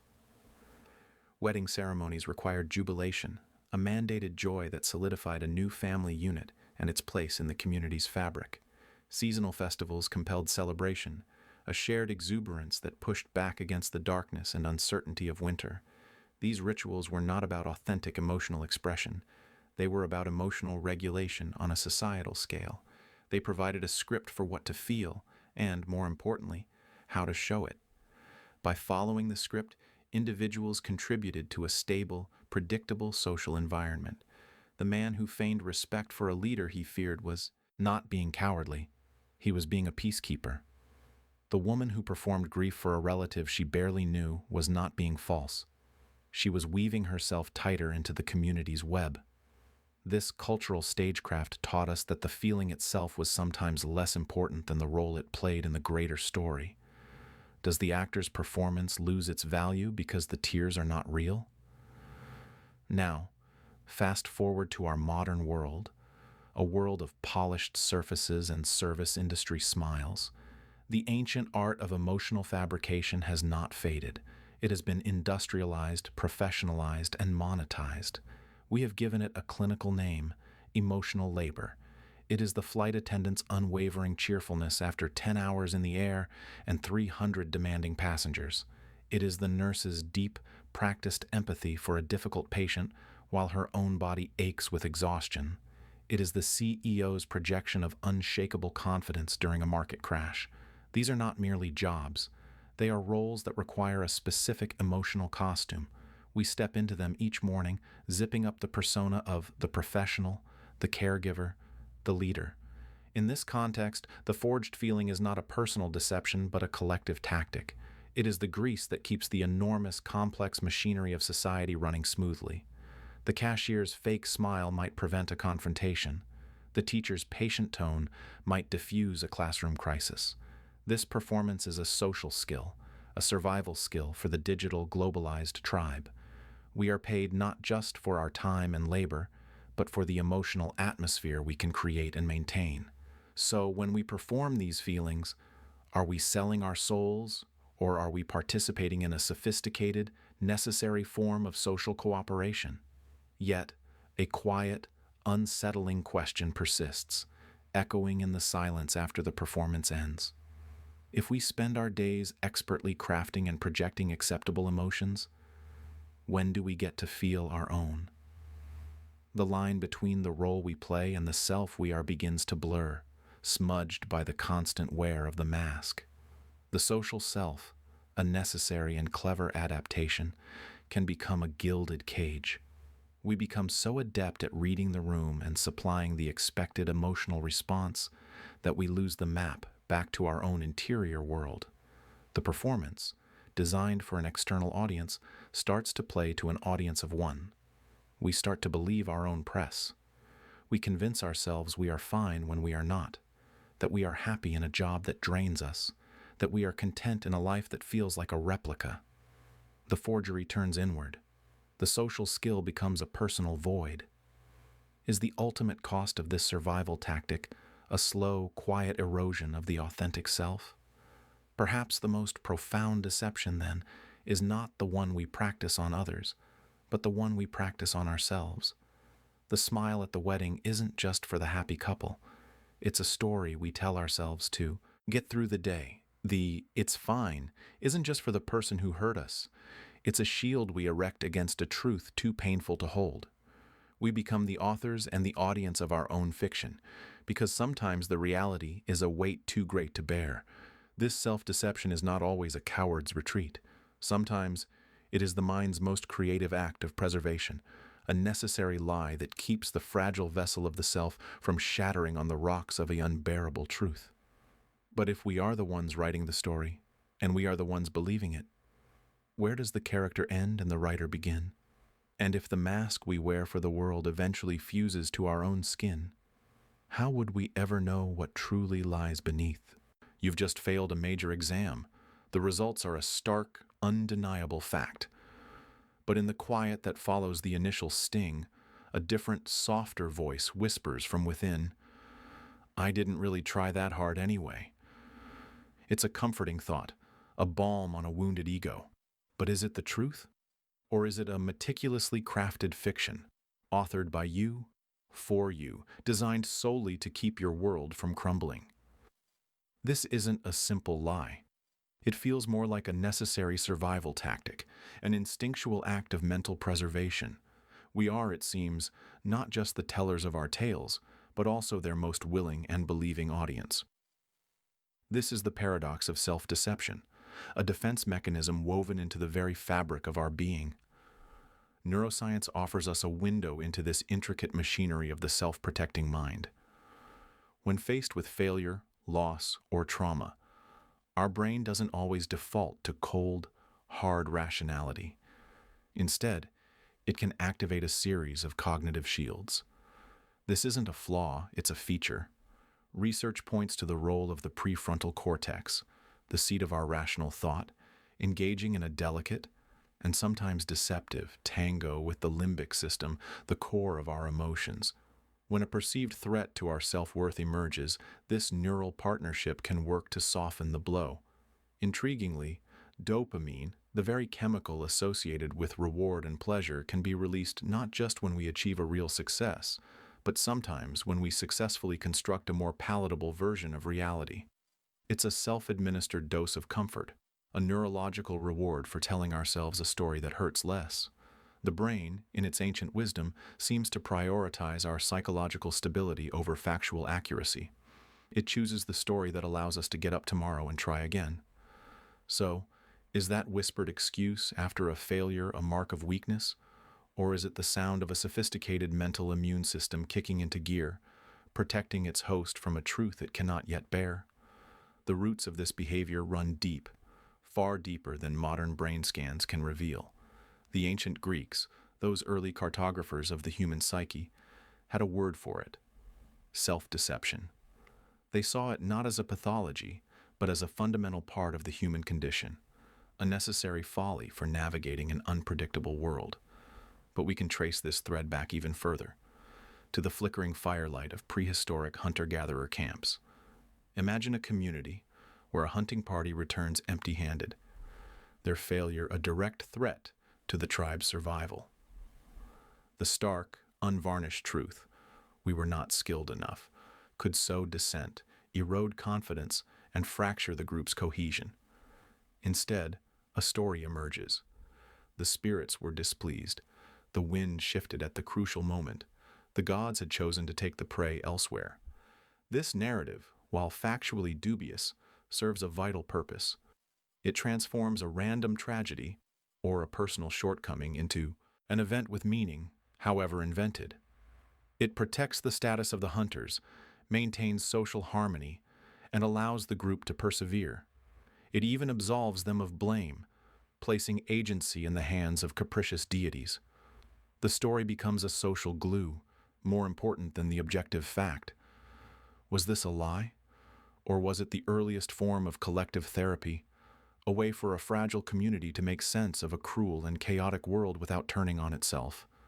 In our modern world, we have traded spirits and omens for a different set of narratives, but the underlying mechanism remains strikingly familiar. We are the perpetual authors of our own autobiographies, constantly editing and revising the manuscript of our lives. A career setback becomes a blessing in disguise, a catalyst for a journey we were always meant to take. A painful rejection is reframed as evidence of the other person's flaws, not our own. We subtly amplify our role in a success and downplay it in a failure. This isn't necessarily a malicious or conscious fraud.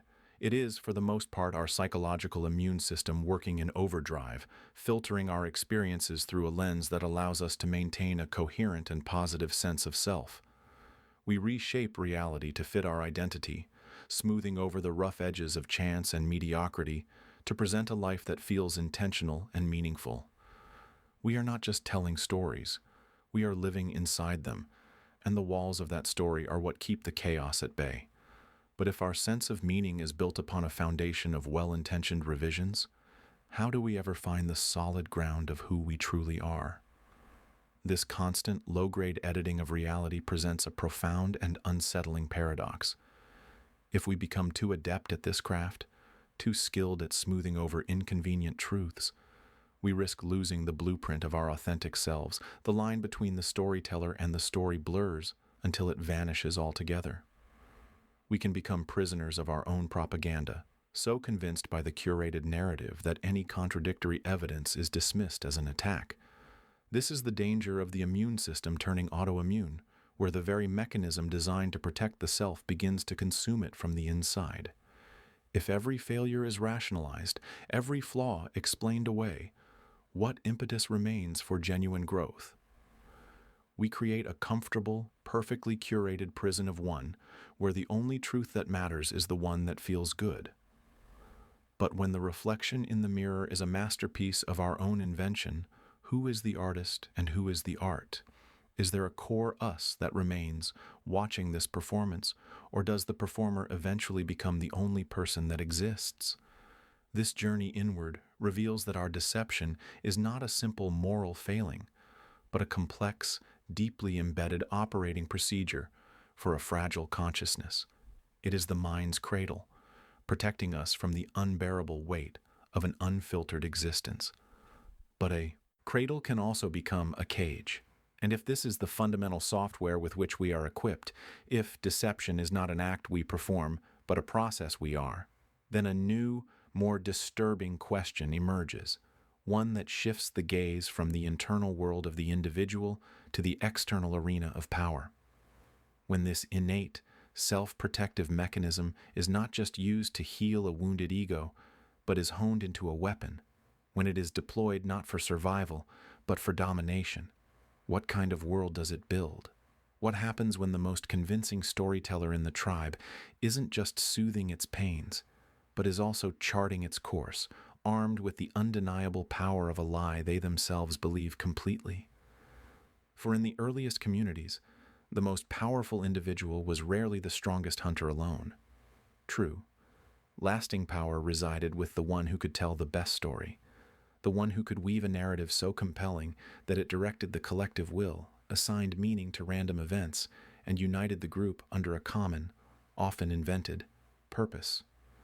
From the very dawn of human society, deception and power have walked hand in hand, two ancient companions on the long road from the savannah to the summit. A tribal elder stands before his people, his face etched with the wisdom of years, his voice a low rumble like distant thunder. "I speak with the ancestors," he declares, his eyes scanning the gathered crowd. "And they have chosen me." The statement hangs in the air, an unverifiable truth, a bridge built between the world of the seen and the unseen. No one can journey to the land of the dead to confirm his claim, yet the tribe believes. In that collective act of faith, a leader is born. This moment, repeated in countless forms across the sweep of human history, is not a relic of a primitive past. It is the primal seed from which the vast, tangled tree of politics has grown. It begins not with a policy paper or an economic manifesto, but with a story. A compelling, uncheckable story that has the power to bend reality itself, to forge a single will from a multitude of individuals. This ability to construct a shared reality is perhaps our oldest and most powerful social technology. Evolutionary anthropology suggests that human societies, as they grew beyond small bands of kin, faced a critical problem. Strength alone could not maintain cohesion. A strong arm might win a fight, but it could not convince 100 people to build a granary for a future harvest, or to march into battle for an abstract concept like honor or glory.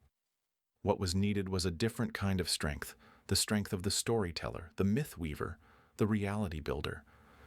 The individuals who rose to prominence were likely those who could answer the profound and unsettling questions of existence. Who are we? Why are we here? What does it all mean? They crafted narratives that placed the tribe at the center of a cosmic drama, giving meaning to struggle and unity in the face of the unknown. Their authority was rooted not in brute force, but in perceived access to a deeper, hidden truth. They became the interpreters of the divine, the translators of the ancestors' whispers, the keepers of the tribe's sacred story. This shared belief was the glue, the invisible mortar that held the first stones of civilization together. If anthropology gives us the blueprint, then political archaeology provides the ruins. We can walk through these ancient sites and see the same principle carved in stone and written in hieroglyph. The pharaoh was not a mere man, he was a god king, the earthly embodiment of Horus, the vital link between the Nile floods and the cosmic order. The Inca Sapa Inca was the child of the sun, his authority radiating from the heavens themselves. In ancient China, the mandate of heaven was not a democratic mandate, but a celestial one, a divine justification for rule that could be as easily withdrawn as it was granted, evident in times of famine and upheaval. These were not merely clever public relations campaigns. They were the entire operating system of the state. The ruler's power was absolute because his story was absolute. He did not just control the army and the treasury. He controlled the very meaning of life for his subjects. His narrative provided a complete worldview, a map for navigating a chaotic universe. To question the king was not just treason, it was a form of blasphemy, a dangerous unraveling of the shared reality that kept society from flying apart. The grandeur of the pyramids, the intimidating scale of Machu Picchu, the forbidden majesty of the imperial city, these were not just buildings. They were the physical manifestations of a story, stone and mortar testaments to a narrative of power so potent it could command the labor of generations. One might assume that the age of reason, the Enlightenment, the scientific revolution, and the relentless flow of information would have retired this ancient technology. We pride ourselves on our rationality, our data-driven societies, our demand for evidence. Yet, step into the arena of modern politics and the underlying mechanics remain eerily familiar. The stage has changed, the costumes are different, but the play is the same. The tribal elder's claim of speaking to ancestors has been swapped for a candidate's claim of a unique connection to the real people, or an exclusive understanding of the nation's destiny. The divine right of kings has been replaced by the infallible will of the market or the iron laws of a political ideology. Modern politics is still, at its core, a brutal competition to define reality. It is a war of stories. A compelling narrative, even one built on a foundation of selective facts or outright fabrications, will almost always defeat a cumbersome, complex, and inconvenient truth. Voters are not supercomputers coldly analyzing policy spreadsheets. They are human beings seeking a story that resonates with their fears, their hopes, and their identity. They choose the world they wish to inhabit, the story that makes them feel stronger, safer, or more righteous. The ballot is not just a vote for a person or a party, it is a vote for a version of the world. In the end, it is rarely about facts. It is almost always about faith. This leads us to a precipice, a dizzying and deeply unsettling question. If the very foundation of our social cohesion, from the smallest tribe to the largest nation-state, is built upon shared narratives, and if those narratives are, by their nature, susceptible to manipulation, simplification, and outright falsehood, then what solid ground do we actually stand on? If a lie, told with enough conviction and artistry, can become a functional truth that binds millions together, then have we simply exchanged one mythology for another, without any real progress toward objective truth? Does our social contract rest on a necessary fiction? The tools of deception have been amplified to an unimaginable degree. capable of micro-targeting individual fears and crafting parallel realities that never intersect. When every group inhabits its own airtight narrative universe, consensus fractures, dialogue becomes impossible, and the shared reality necessary for a functioning society evaporates. We are left with a terrifying paradox. The very thing that allows us to cooperate on a massive scale, our ability to believe in things that are not tangibly, immediately real, is also the thing that makes us most vulnerable to manipulation and collective delusion. Are we, in our sophisticated modern world, simply the tribal elders' people, believing on a grander, more dangerous scale? Yet, not every storyteller succeeds. For every narrative that catches fire and sweeps through a population, countless others sputter and die. What is the elusive spark? It cannot be the lie itself, for lies are common. The difference seems to lie not in the story, but in the storyteller. There is a second, crucial ingredient required to transform a narrative into a movement, a profound and unshakable conviction. It is a selective confidence, a performance of certainty so complete that it becomes infectious. The most successful leaders, from the ancient shaman to the modern politician, often seem to possess a curious trait. They appear to believe their own story, or at the very least, they perform the act of belief with flawless authenticity. This confidence bypasses our critical faculties. It speaks to something older and more instinctual within us. We are hardwired to follow those who seem sure of the path, especially when we ourselves are lost in the woods. Doubt is human, but certainty is magnetic. It promises safety, direction, and an end to the exhausting work of questioning. The leader who hesitates, who qualifies, who expresses nuance, appears weak. The leader who speaks in bold, simple, uncompromising strokes of truth, who never lets the doubt behind their eyes show, projects the strength we crave. But what is the source of this potent, reality-altering confidence? Is it a genuine insight, a pathological delusion, or merely a masterful performance? And if it is a performance, does that make the resulting power any less real? Perhaps the final, most necessary lie is the one the leader tells himself first. Two job candidates sit in the same sterile waiting room.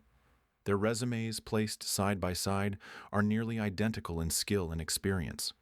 One fidgets, his gaze lowered, his answers to the receptionist precise and soft. The other leans back, his smile easy, his voice a calm, steady instrument. He is chosen. An hour later, he's in the new role's first meeting. A term is mentioned he doesn't know. Under the table, hidden from view, his thumb flicks across his phone. A silent, desperate search on Google. The performance had begun the moment he walked in, and it had worked. But what exactly had they hired? Not proven competence, but a compelling signal of it. This is not a new human failure. It is a very old, deeply ingrained strategy. One that nature itself has written into the code of countless creatures, a script for survival where perception often overpowers reality. Consider the animal kingdom, a stage for the most primal of performances. Here, the cost of a real fight is often a broken limb or death, an evolutionary dead end. So, nature found a cheaper, more efficient way to settle disputes: the bluff. The frilled lizard does not actually have the size it inflates itself to possess. The pufferfish is a master of illusion, transforming into a spiky, daunting orb that suggests a far more formidable and perhaps poisonous meal. The cat, back arched and fur on end, becomes a specter of terror to a dog twice its size. These are not lies in a moral sense. They are biological calculations. Energy expended on a display is a fraction of that spent on a battle. The individual who can convincingly project strength, who can seem just a little more dangerous, a little more dominant, often wins the territory, the food, the mate, without ever throwing a punch. This confidence heuristic is a brutal, efficient shortcut. The world is too complex to constantly test every claim. So, we, and countless other species, evolved to default to a simple rule: trust the signal, believe the display. And in doing so, we inadvertently sculpted an environment where the best signaler, not necessarily the strongest contender, is frequently the victor. Is authenticity then merely a luxury for those who can afford to lose? This biological theater did not disappear with the advent of consciousness.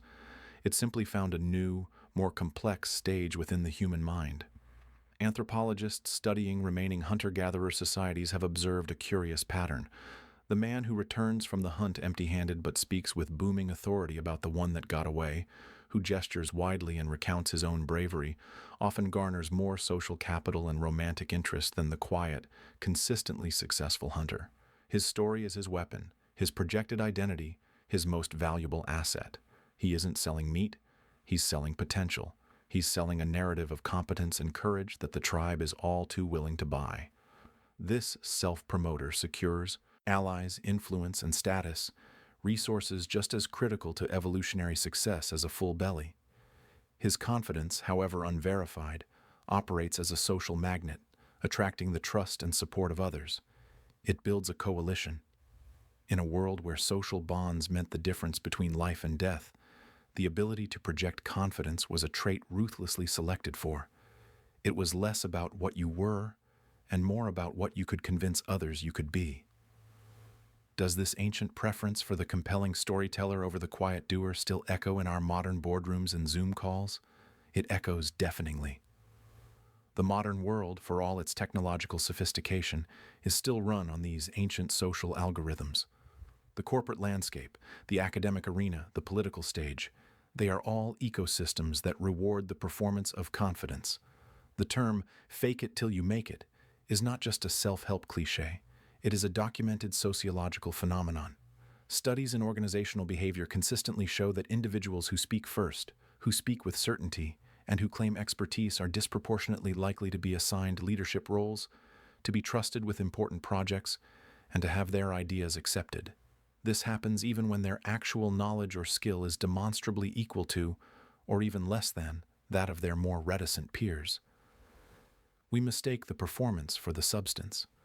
The polished presentation becomes a proxy for intelligence. The unwavering tone, a substitute for truth. We are still that tribe, listening to the boaster, captivated by the story. We promote the aura of success in the hope that the reality will follow. But what becomes of a ship led by a captain who is only confident about his ability to read a map, but has never actually sailed? This creates a troubling, and perhaps inevitable, paradox. If faking it is such a powerful strategy for individual advancement, what happens when everyone adopts it? We risk constructing a world of cascading illusions, a house of cards built on shared, unverified confidence. A company led by a charismatic CEO who is faking his strategic vision will hire executives who are adept at faking their alignment with it. They, in turn, will manage employees who are experts at faking productivity. The entire structure hums with the energy of performance, yet produces little of tangible value. It becomes a system optimized for signaling competence rather than actually achieving it. We get leaders who are masters of perception management but novices in execution, influencers who sell a lifestyle they don't live, and experts whose expertise lies solely in sounding expert. The very mechanism that gave an individual an edge, when scaled up, threatens to erode the foundation of trust and competence upon which functional societies are built. If confidence is the currency and everyone can mint it themselves, what is its true value? Does the collective triumph of the fake ultimately lead to a collective collapse? Perhaps, then, the core issue is not the act of deception itself, but our startling vulnerability to it. The problem isn't the fake confidence. It's our seemingly innate, evolutionarily ingrained desire to believe it. We are not the sharp-eyed detectives of deceit we imagine ourselves to be. Research into lie detection consistently reveals a humbling truth. Humans, on average, perform barely better than chance at identifying a liar. We are easily swayed by a calm demeanor, a direct gaze, a firm handshake, all the classic signals of honesty that are also the easiest to fake. This is not a modern cognitive failure. It may be another feature, not a bug, of our evolutionary design. In the tight-knit social groups of our past, survival depended on cohesion and cooperation. To be overly suspicious, to constantly question the authenticity of every tribe's member's claim, would have been socially paralyzing. It would have bred distrust, fractured alliances, and left an individual isolated.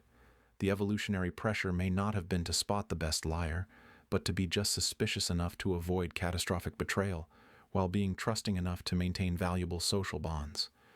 We evolved to be strategically gullible, accepting most signals at face value for the sake of social harmony, only questioning them when the cost of being wrong became unbearably high. But in a world of strangers and digital avatars, where the costs of deception are hidden and vast, does this ancient social glue now hold together a reality built on sand? If we are so poorly equipped to see through the performance, if our very nature compels us to believe the confident signal, then where does that leave the quiet, the competent, the authentically uncertain? Are they destined to be overlooked, their contributions drowned out by the noise of empty certainty? And as we navigate a world increasingly saturated with performed expertise, where the line between signal and substance blurs beyond recognition, we are forced to ask a question that strikes at the heart of our own perception. In a species that evolved to trust the show, can we ever truly know what is real, or are we forever captivated by the most convincing performance? You've felt it before. That faint, almost imperceptible tremor in the air when a story doesn't quite land. A flicker in the eyes that lasts a nanosecond too long. A detail that feels just a little too polished. You sense a subtle wrongness, a hairline crack in the narrative. Yet, you let it go. You smile, you nod, you accept the offered reality. Because the person telling it is your friend, your partner, your parent, your boss. To call out that tiny falsehood would be to risk a far greater truth, the stability of the relationship itself. So the moment passes, the crack is papered over, and life continues, smooth on the surface. Why do we do this? If the stakes of deception can be so high, why hasn't evolution honed us into perfect lie-detecting machines? The answer, it seems, is that we were never meant to be. Our evolutionary design prioritizes something far more crucial than raw, unfiltered truth: social cohesion. For the vast stretch of our history, survival was not an individual sport. It was a team effort, played out in small, interdependent bands on a dangerous savanna. Being cast out from the group was a death sentence. In this context, a lie detected could mean a conflict ignited. A conflict could mean a fracture. A fracture could mean vulnerability to predators or rival groups. Therefore, the cognitive machinery that natural selection favored was not a hyper-vigilant lie detector, but a sophisticated social glue dispenser. Our brains are exquisitely tuned to build and maintain alliances, to read the room, to ensure we remain in the good graces of the tribe. This often means gracefully ignoring the minor inconsistencies, the white lies, the boastful exaggerations that are the inevitable friction of social life. The truth, in its absolute form, can be a wrecking ball. We are wired for harmony, even if that harmony is built on a foundation of gentle, mutually accepted fiction. This deep-seated behavioral instinct is etched into our past. Anthropologists observing remaining hunter-gatherer societies note a powerful social rule. The whistleblower is often punished more severely than the culprit. The individual who constantly points out deceptions, who disrupts the social peace to assert a factual truth, is seen as a destabilizing force. They are difficult, inconvenient, a source of endless tension. The group, in its ancient wisdom, often chooses to ostracize the truth-teller to preserve the collective calm. The message is clear. A minor untruth is a manageable virus, but constant truth-seeking is a cancer to group unity. This look-the-other-way bias became hardwired into our social DNA. It was a successful survival strategy. The genes of those who prioritized belonging over pedantic truth-telling are the ones that got passed down. We are, quite literally, the descendants of people who knew when to shut their eyes. This ancient dance continues unabated in our modern world, just on a grander, more complex scale. The office, the classroom, the family dinner table, they are the new savannah. We still tell the same small lies. "I'm fine," we say, when we are not. "That presentation was great," we offer when it was merely adequate. Of course I remember you, we exclaim while frantically searching our mental database. These are the social lubricants that prevent the gears of our daily interactions from grinding to a halt. We accept them because the alternative, a world of brutal, unvarnished honesty, seems exhausting and cruel. The person who always speaks the unadulterated truth is not celebrated as a hero. They are branded as tactless, abrasive, and emotionally unintelligent. They are the friend who tells you your new haircut is unflattering, the colleague who points out every minor error in a meeting, the relative who vocalizes every uncomfortable thought. We call them difficult. We avoid them. Their truth, however accurate, disrupts the delicate ecosystem of social peace. In the economy of human relationships, stability is often the highest currency, and truth is a volatile asset. This leads us to a troubling, paradoxical question. If this system of accepted deception is so innate, so woven into the very fabric of human connection, what does it mean for our society at large? If no one feels empowered to call out falsehoods, do we all slowly slide into a shared illusion? Do we become a community that values comfort over correctness, echo over evidence? The very tools that ensured our survival as a species now threaten to undermine our progress. We cling to the peace of the tribe, even when the tribe is believing something dangerous. Yet, perhaps the most profound deceptions are not the ones told between two people, but the ones we tell ourselves together. They are not lies spoken, but lies lived. They are the stories a culture tells about its own past, the carefully curated memories that form the bedrock of national identity. History, as the saying goes, is written by the victors. It is a collective narrative, a tapestry woven from selective facts, embellished myths, and omitted atrocities. A nation's foundation story is rarely a clinical document. It is a creation myth, designed to foster unity, pride, and a sense of shared destiny. It is a lie agreed upon, a fiction so large and so universally accepted that it ceases to be a lie and becomes truth itself. We are born into these stories. We are taught them in schools. We celebrate them on holidays. We see them reflected in our monuments and our media. They shape our perception of who we are and where we come from. This is a deception of a different magnitude, one that operates not on the level of the individual, but on the level of the collective soul. If we so easily overlook a friend's fib to preserve a relationship, what grand fictions do we embrace to preserve our sense of identity? The individual lie is a single crack in a single relationship. The collective lie is the very ground we walk on. If we are willing to paper over the small cracks in our personal lives, what does that suggest about our ability to even see the fissures running through the foundation of our shared reality? The stories we choose to remember, and those we choose to forget, are these not the most powerful lies of all? A nation tells a story. It is passed from parent to child, around fires and in classrooms, a tale woven into the very fabric of identity. They speak of a glorious origin, of ancestors who were demigods, chosen by the heavens themselves, destined for greatness. The story is a comfort, a source of pride, a uniting force. Then, a shovel strikes earth. A tattered piece of pottery is unearthed. Then another. The inscriptions on them tell a different story, not of divine lineage, but of subjugation. They speak of a people who were once slaves to a forgotten empire, their history rewritten with the conqueror's dust. So, which is the truth? The beautiful, unifying myth, or the silent, crumbling testimony of the dirt? And in the quiet chambers of the human heart, does anyone truly wish to know? We are, it seems, born storytellers, but we are also born editors. Our most powerful narratives are not those we experience alone, but those we build and agree upon together. This is the realm of collective memory, not a simple archive of facts, but a living, breathing, and often deceptive tapestry woven from the threads of shared experience, social reinforcement, and a deep psychological need to belong.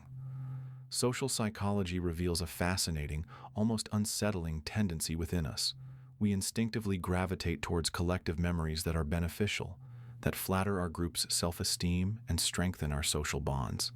It is a silent pact, an unspoken agreement to remember things this way, because remembering them that way is too painful, too confusing, or simply not useful.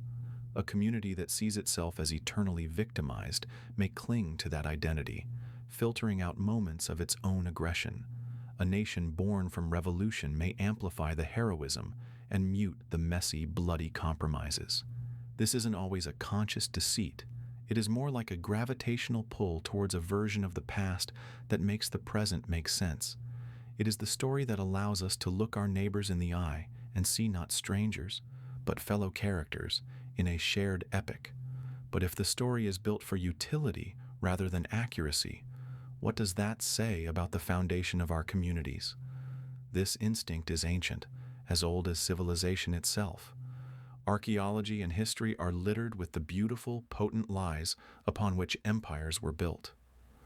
Consider the legend of Romulus and Remus, suckled by a she-wolf, destined by the gods to found the eternal city of Rome. It is a powerful, visceral image, one that instilled a sense of divine favor and unparalleled destiny in every Roman citizen. Yet, historians and archaeologists find no evidence for this mythical twinship. The truth of Rome's origins is likely far more mundane, a slow coalescence of hilltop villages. But the myth was stronger than the truth. It was more useful. It provided a sacred justification for expansion and a cultural spine for a vast republic, and later, an empire. Similarly, countless cultures possess origin myths of being a chosen people, their land a promised land, a narrative that transforms geography into theology and conquest into destiny. These stories were not considered lies by those who told them. They were foundational truths, the necessary fiction upon which law, loyalty, and identity could be constructed. They were the cradle, not the club, nurturing a sense of unity that mere historical accident could never provide. But in building these magnificent cradles, what inconvenient human truths did they willingly leave out in the cold? This ancient practice has not faded. It has simply put on a modern suit. In contemporary politics, the manipulation of collective memory is a refined science. Leaders, movements, and ideologies routinely mine the past for a golden age, a nostalgic vision of a time when things were simpler, greater, purer. This vision is then weaponized, used to mobilize the masses, to justify policy, and to silence dissent. The complex, ambiguous tapestry of history is reduced to a simple, powerful banner under which people can rally. The truth is not so much denied as it is simplified, airbrushed, and repackaged. The economic anxieties of the present are framed as a fall from a past grace. The struggles for social progress are painted as a deviation from a traditional and often imaginary order. This is the collective lie that no one dares to break, for to question the myth is to question the group itself. It is to risk ostracization, to be labeled disloyal, to be cast out of the warm, reassuring glow of the shared story. We would rather be wrong together than right alone. But if the map we are using to navigate the present is based on a fictionalized past, where, ultimately, are we all going? This presents a profound and unsettling paradox. If every community, every nation, every culture is engaged in this constant process of editing, polishing, and sometimes inventing its past to serve its present needs, then who is left as the guardian of objective truth? Is there even such a thing? Or is all history merely the winner's tale, occasionally interrupted by the stubborn, inconvenient evidence buried by the losers? The archaeologist's shard, the historian's uncovered letter, the survivor's whispered testimony. These are the flies in the ointment of comfortable narratives. They challenge the agreed-upon lie. Yet we often meet them not with gratitude, but with resistance. We dismiss them as anomalies, as attacks on our identity, as threats to our cohesion. We protect the story because the story protects us. But what happens when a society's entire sense of self is built upon a foundation of sand, meticulously painted to look like stone? Collective memory is the backbone of identity, the narrative spine that holds a community upright and gives it direction. It tells us who we are by telling us where we came from. Yet, when that backbone is forged from agreed-upon lies, it creates a formidable power. It can generate belief systems so potent, so emotionally resonant, that they become more real and more powerful than any verifiable fact. They can inspire breathtaking art, profound sacrifice, and unparalleled cooperation. But they can also justify unspeakable cruelty, fuel endless conflict, and blind entire populations to a reality that is knocking ever more insistently at the door. The myth of the chosen people can build a cathedral or justify a genocide. The memory of a golden age can inspire a renaissance or launch a devastating war to reclaim a world that never was. The story is a tool, and like any tool, its morality lies not in its existence, but in its use. We are the animals that need stories to survive, but we are also the animals that can be destroyed by the very stories we tell. So, if our greatest strength is our ability to believe in a shared fiction, is our greatest vulnerability the moment we are forced to see it for what it is? And if a simple story of origin can hold such power, what then of the ultimate stories, the ones that claim to explain not just our past, but our very purpose, and the cosmos itself? What happens when the agreed-upon lie is not about a nation, but about God? A person kneels in the dust, the sun a merciless eye overhead. Their lips move in a silent prayer, a desperate bargain with an unseen force. They are starving, but the last of their grain is scattered on the earth, an offering. Across the millennia, we watch and we wonder, is this the ultimate folly? To sacrifice the tangible for the intangible, to trade a certainty for a hope? Yet, from our distant vantage point, we see the broader tapestry. The individual may weaken, but the community, bound by this shared ritual, this common story, finds a strength that mere sustenance cannot provide. It coheres, it survives. The drought will end, or it will not. But the people, for now, are united by something more powerful than water, a collective agreement to believe. This is the profound and unsettling paradox of faith. It asks for everything, offering only a promise in return. And yet, civilizations are built upon such promises. Could it be that the most foundational structures of human society are, in fact, beautifully constructed lies? Not malicious falsehoods, but necessary fictions, the psychological pillars that hold up our world. This compulsion is not a cultural accident, but seems etched into the very circuitry of our being. Evolutionary psychology suggests that the human mind is a pattern-seeking machine, desperate to find agency and intention in a chaotic and indifferent universe. The rustle in the grass is never just the wind. It is a predator, a spirit, a sign.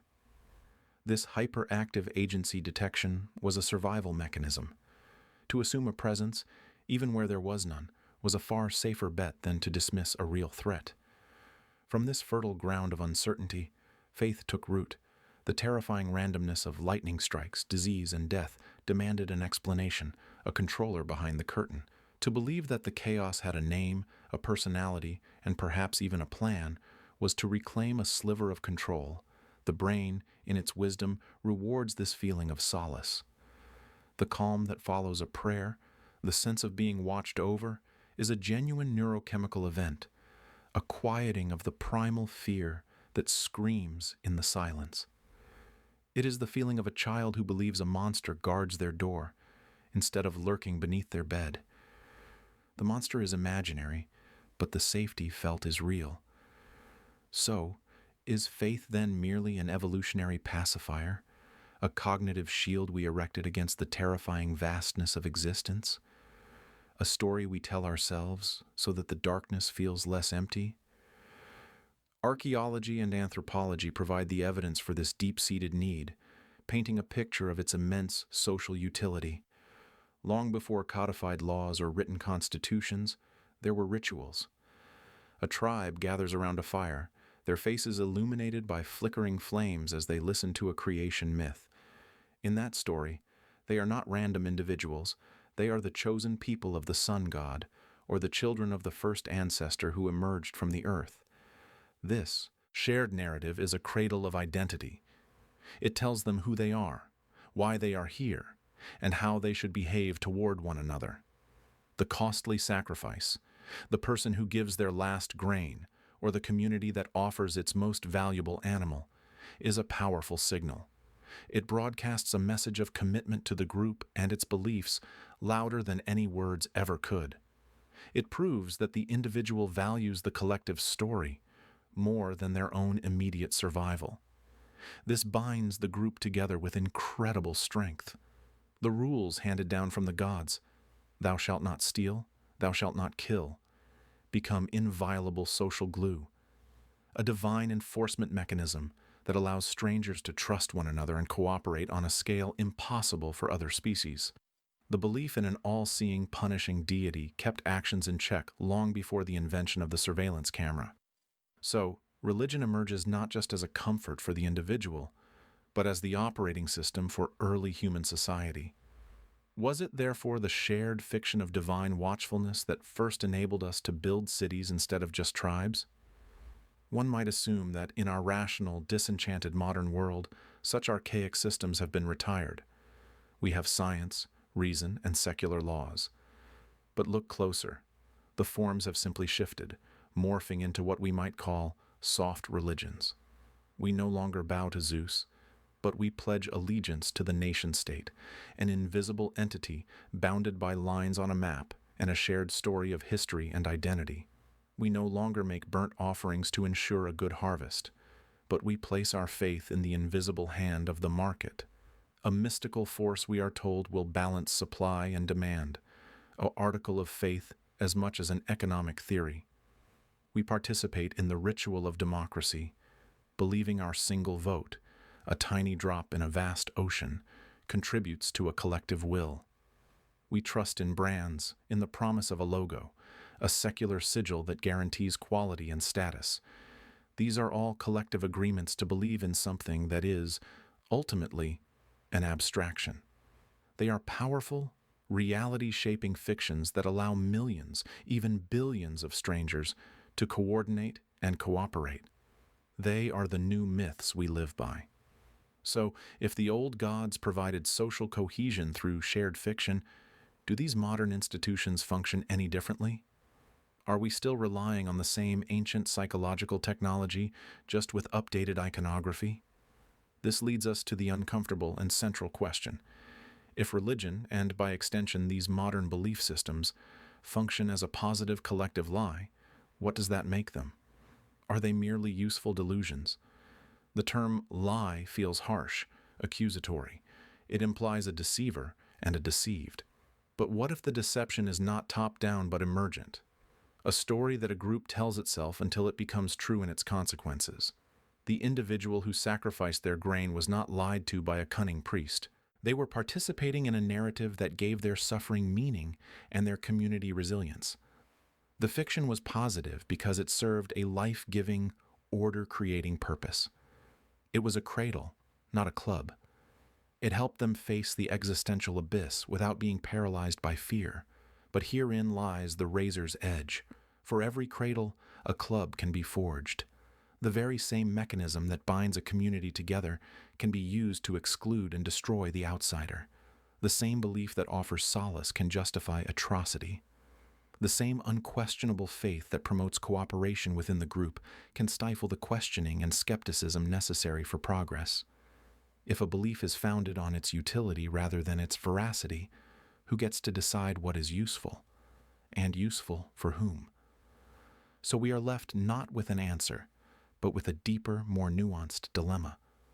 We began by observing the power of a shared belief to save a community, even if that belief resided in the unprovable. We saw its roots in our own psychology and its function as society's glue, a function that continues in new forms today. The lie is not a simple falsehood but a tool, and like any tool, its moral character is defined not by its existence, but by its application. It can build, and it can break. It can offer a cradle of meaning, or become a club of oppression. The line between the two is terrifyingly fine. Perhaps then, the real inquiry is not whether the story is true, but what the story does. Does it nurture? Does it connect? Does it inspire compassion? Or does it divide, control, and inflict harm? The person in the dust, offering their last grain, challenges us to consider, when does a fiction become a truth through the sheer force of its consequences? And if we are all living within stories we've agreed to believe, what responsibility do we bear for the world those stories are building? This brings us to the edge of the next layer, a more intimate moral calculation. If a large-scale, societal fiction can be a force for good, does that same principle apply to the lies we tell each other every day? If a collective story can be a compassionate tool, can a personal untruth be an ethical one? A child looks up, their world balanced on the edge of a single question. Is Mommy going to die? The air in the room grows still and heavy. You look at their face, a perfect map of trust and fear, and you feel the two halves of your own humanity pull in opposite directions. One is tethered to the cold, hard ground of fact. The other is suspended in the warm, protective air of love. You speak. No, of course not. Mommy is going to be just fine. You know it is a lie. You feel the weight of the untruth on your tongue, a bitter taste. But in that suspended moment, as you watch the terror in their eyes recede, replaced by a fragile temporary peace, a quieter, more profound question whispers from within. Have you just committed a moral wrong? Or have you performed a fundamental act of care? This is the ancient, tangled crossroads where deception meets compassion. We are taught from our earliest days that honesty is the bedrock of character, that a lie is a crack in the foundation of trust. Yet, life is rarely so black and white. It unfolds in endless shades of gray, in moments where the unvarnished truth can feel less like a virtue and more like a weapon. Perhaps lying is not the simple evil we have condemned it to be. Perhaps, in the right hands, at the right time, it transforms into something else entirely, a moral tool, one of the most complex and humane we possess. To understand this, we must journey back, far beyond our modern codes of ethics, to the very origins of our social selves. Evolutionary psychology suggests that humanity did not develop a single, monolithic moral compass. Instead, we crafted two parallel systems for navigating the world. One is rigid, built on principle and rule. Do not steal, do not kill, do not lie. These are the clear, bright lines that hold a society together, allowing strangers to predict each other's behavior and cooperate. But the other system is fluid, deeply pragmatic, and concerned solely with consequence. Its primary question is not, is this action right? But what will this action do? It is this second system that calculates the emotional calculus of a difficult moment. It weighs the brutal impact of a truth against the gentle solace of a fiction, telling a lie to absorb the shock of pain for another, to maintain group harmony, to protect a vulnerable member of the tribe. These are not modern corruptions. They are ancient, evolved behaviors. They are the high-wire act of social survival, a testament to our deep-seated need to care for one another, even if that care must sometimes wear the mask of a falsehood. This instinct is not merely biological, it is cultural, woven into the very rituals that have defined human societies for millennia. Consider the myriad ancient traditions across the globe that practice what can only be called benevolent deception. Many cultures developed intricate customs for speaking softly of death, using gentle euphemisms and hopeful narratives to shield the living from the raw, unbearable finality of loss. The spirit has not died. It has journeyed to the ancestors. The body is not a corpse. It is a vessel returning to the earth. These are not lies born of cowardice, but of profound empathy. They are a collective agreement to soften the sharp edges of reality, a cultural cushion against the hard floor of suffering. This is humane deceit, a practice that has existed for thousands of years, long before any philosopher attempted to codify truth into absolute law. It is a silent acknowledgement that our hearts sometimes need a story to survive a truth they are not yet ready to bear. And this practice is not a relic. It pulses through the veins of our modern world, a quiet, constant hum beneath the surface of our daily interactions. The doctor who looks a patient in the eye and speaks with a confidence that belies the statistical uncertainty of a diagnosis. The teacher who tells a struggling student, "You are so close to understanding this," feeling the spark of potential that the student cannot yet feel themselves. The friend who listens to a tale of heartbreak and says with unwavering conviction, "You will get through this. You will love again, even when the future is an opaque wall of fog." These are the white lies that hold the world together. They are the social glue made not of cold fact, but of warm hope. In these moments, the truth is not merely inconvenient, it is a blunt instrument. The lie, however, is a balm. It does not destroy trust, it builds a scaffold for it, allowing the person to climb out of a pit of despair until they are strong enough to face the view from the top on their own. But this comfortable notion immediately conjures its own shadow. If a lie can be a kindness, then does that not imply that the truth can at times be a form of cruelty? Where do we draw that line? Is it a line at all, or a shifting, murky frontier that changes with every relationship and every circumstance? To champion the moral lie is to willingly step onto a slippery slope. It forces us to confront a deeply unsettling paradox. The same mechanism that allows a parent to comfort a child also allows a tyrant to manipulate a populace. The same emotional calculus that justifies a doctor's hopeful prognosis can be twisted to justify a politician's empty promise. If we accept that deception can be a tool for good, we must also accept that it requires a wisdom far greater than any simple rule to wield it correctly. We are left to wonder, is the danger not in the lie itself, but in the hand that holds it? Perhaps the ultimate value of a moral deception is not measured by the falsehood itself, but by the depth of the compassion that motivates it. It tests the mettle of our humanity, asking us to prioritize a person's immediate emotional need over the abstract purity of honesty. It is a sacrifice, a willing burden of guilt taken on by one to spare another. But this entire, delicate structure rests on a single precarious pillar: intent.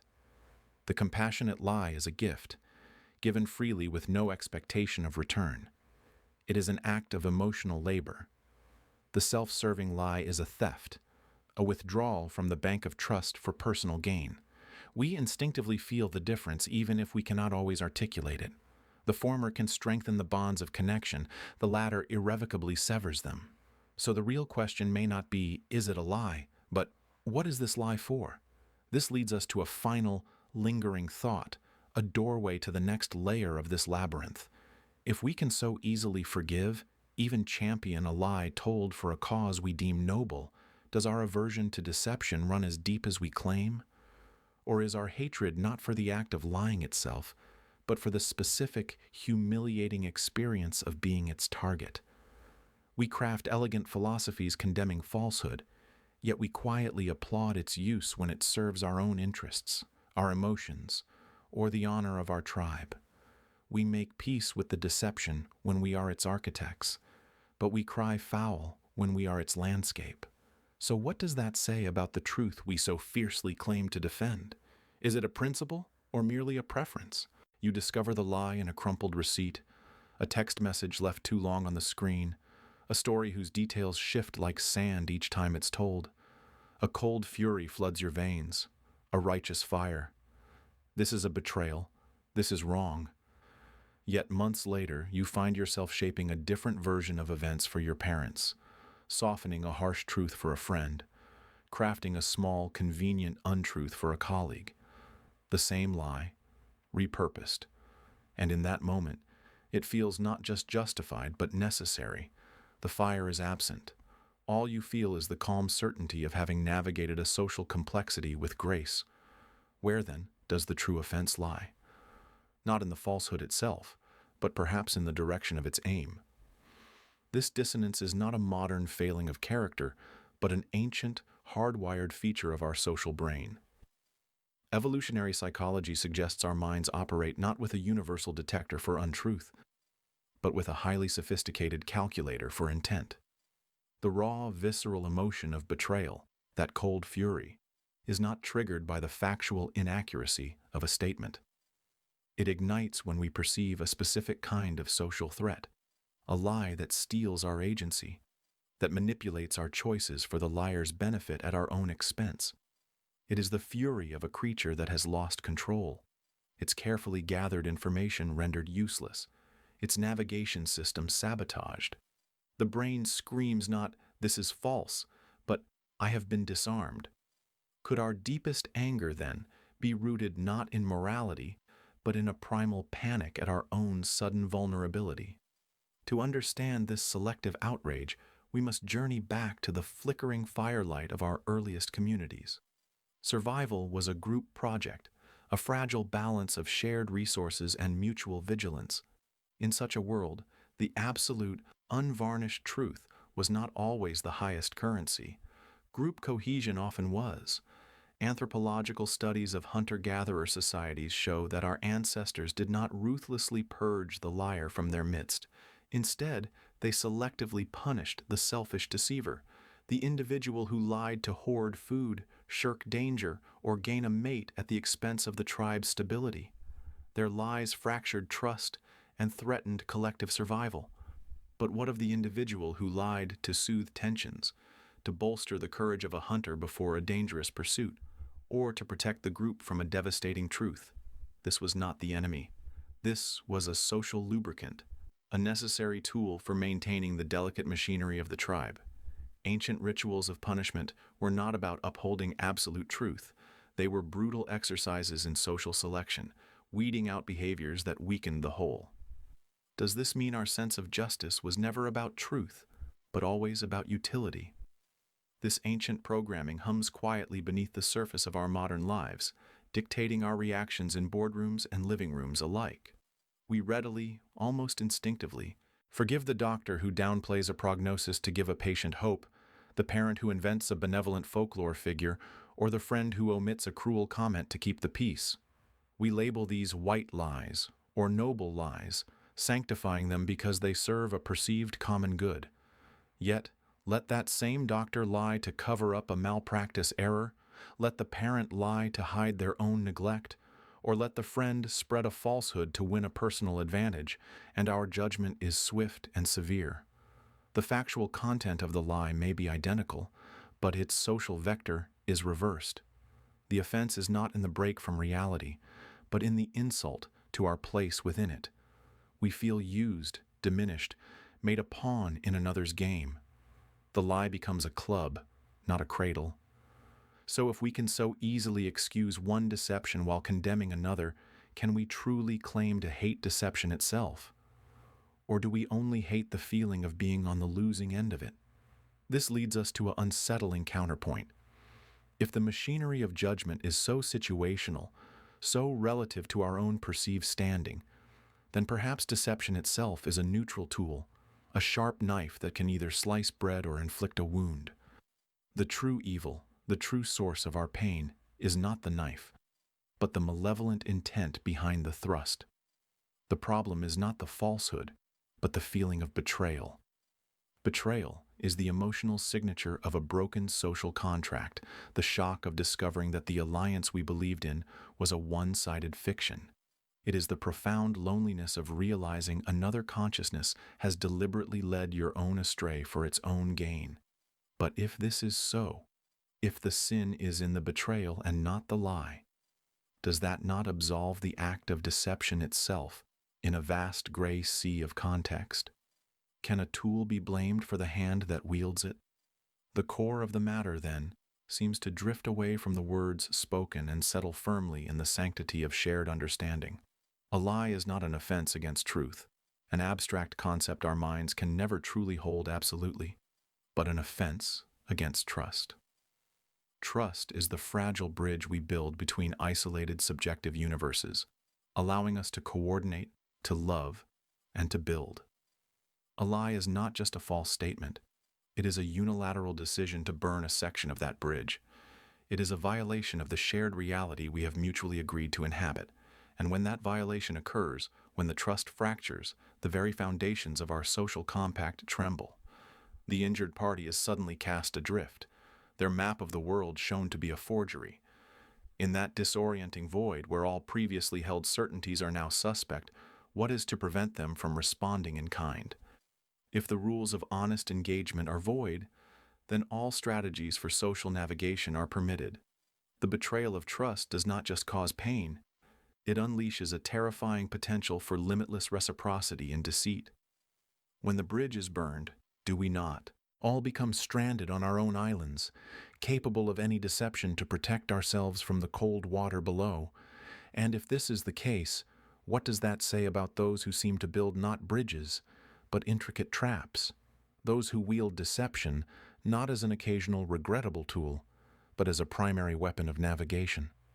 If deception is merely a tool, sharpened by evolution, what does it mean that some hands are so much more skilled at turning it against their own? He promised to save the world.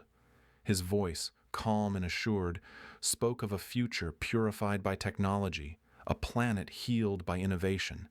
Investors, captivated, poured millions into his vision. They weren't just funding a company, they were buying a share of a better tomorrow. Then, one day, he was gone. The office was empty, the bank accounts drained, the revolutionary technology nothing more than clever props and persuasive code. The shock that followed was not merely about the money lost. It was a quieter, more profound disturbance, a question that echoed in the silence he left behind. Why did we believe him so easily? Why does that innate human capacity for trust, the very glue that binds us together, also make us so exquisitely vulnerable? This is not a story about a single con artist. It is an exploration of a shadow that walks hand in hand with light, a deep and ancient dance between deceiver and deceived, woven into the very fabric of who we are. To understand this vulnerability, we must travel back, far beyond boardrooms and bank transfers, to the ancient savannas where our minds were forged. Survival. There was a collective endeavor. An individual alone was prey. A group, coordinated and cohesive, was a formidable force. This cooperation was built on a fragile, essential currency: trust. We evolved to read faces, to interpret tones, to believe the warnings and promises of our kin. This instinct is not a flaw. It is a feature of our species, a brilliant adaptation that allowed us to build civilizations. We are hardwired to connect, to extend the benefit of the doubt, to see the best in others because, for millennia, that optimism was a survival advantage. It meant shared food, shared protection, shared warmth against the indifferent dark. Yet every strength contains its corresponding weakness. This same wiring, this trust default, is a back door into our psyche. The con artist, the charismatic leader with hollow promises, does not invent a new weakness. They simply find the levers already installed by evolution. They present a face that fits our ancient template of trustworthiness, confidence, warmth, a direct gaze, and our primitive brain, ever eager to find an ally, rings a bell of acceptance before our modern cortex can even begin to ask for credentials. Is our greatest evolutionary achievement also our most exploitable flaw? This dance of deception is no modern invention. Even in the smallest hunter-gatherer bands, the social calculus was never purely altruistic. There was always the individual who learned to game the system, to manipulate shared trust for personal gain. Imagine a tribesman returning from a hunt empty-handed. Rather than face shame or receive a smaller share, he might exaggerate a stumble, feign an injury that scared off the prey, or spin a tale of a fearsome predator that forced his retreat. His story, a carefully crafted narrative, manipulates the group's empathy and fear to shield him from consequence. He is a paradox, scorned if discovered, yet secretly admired for his cunning, a living testament to the fact that intelligence can be directed toward social manipulation as easily as toward collective good. His success depends on a keen understanding of what the group values: bravery, hardship, resilience, and then weaving a fiction that mirrors those values perfectly. He doesn't steal, he performs. He doesn't take, he receives willingly from hands he has skillfully guided. This ancient actor on a small stage reveals an uncomfortable truth. The skills of the deceiver and the leader are often twins, separated only by the alignment of their goals with the group's. When does strategic storytelling cross the line into exploitation, and who gets to draw that line? The modern world has not diminished this ancient art. It has given it a nuclear reactor for power. The lone tribesman feigning injury has been replaced by sophisticated networks that weaponize our trust on an industrial scale. The con is no longer a simple swindle. It is a strategic assault on the very architecture of our collective belief. Today's deceiver doesn't need a trustworthy face. They can manufacture one through media buys, social media algorithms, and the borrowed authority of corrupted institutions. They understand that our trust is no longer placed solely in individuals, but in systems, the education that certifies expertise, the news media that validates truth, the digital platforms that connect us. The most effective modern frauds infiltrate these very systems. They acquire degrees from diploma mills to look the part. They secure glowing profiles in reputable publications hungry for a good story. They use the tools of big data to identify the most susceptible targets and tailor their message until it resonates with the perfect manipulative frequency. The fraud becomes a perverse form of entrepreneurship, optimizing the dark side of human nature for profit. It is a chilling evolution, from manipulating a single tribe to hijacking the entire tribe's system of verification. If trust is the infrastructure of society, have we, in building that infrastructure, also unknowingly built the perfect playground for its corruption? This line of inquiry leads us to a mirror, and the reflection is unsettling. If the deceiver is a predator, what role does the ecosystem play in creating such fertile hunting grounds? The man who spins a grand tale and vanishes with the money is not an alien entity. He is a product of a society that often rewards performance over substance, that craves simple narratives over complex truths, that venerates success with little scrutiny of the path taken. Our hunger for heroes, for world-saving solutions and overnight miracles, creates a market for the very deceptions we claim to despise. We are the audience that demands a spectacular show and then express shock when we discover the magician's tricks are illusions. The con artist holds up a distorted mirror to our own desires, our laziness, our willingness to believe because it is easier than doubting. They expose the gap between what we say we value and what we actually reward. In our collective rush toward a brighter, simpler future, do we become willing accomplices in our own deception, choosing the comforting lie over the complicated truth? This brings us to the heart of the mechanism, to the very tool that makes this entire intricate dance possible: language itself. The con artist's true genius lies not in their morality, but in their mastery of words. They understand that language is not merely a vessel for truth, it is a sculptor of reality. It can build cathedrals of hope or prisons of false belief with the same raw materials of vocabulary and syntax. The promise to save the world is powerful, not because of its truth, but because of the images it conjures, the emotions it stirs. It is a linguistic spell. This is the ultimate refinement of the deception, moving beyond simple lies into the realm of reality creation. The most successful frauds are those who use language not to describe what is, but to manufacture what could be, weaving a potential reality so vivid and alluring that it overrides our critical faculties. They give us a story we want to inhabit, and so, we must ask, if language is the tool that builds our shared world, what does it mean when that same tool becomes the most sophisticated weapon for its manipulation? Is the greatest deception of all the one hidden not in a lie, but in a beautifully told story? You've just listened to a politician speak for 10 minutes, and you feel a strange emptiness. The words were all there, sentences perfectly formed, yet they seem to evaporate the moment they hit the air, leaving behind no substance, only a faint echo of importance. It's not that you weren't paying attention, it's that there was nothing to grasp. The language wasn't a window into a thought.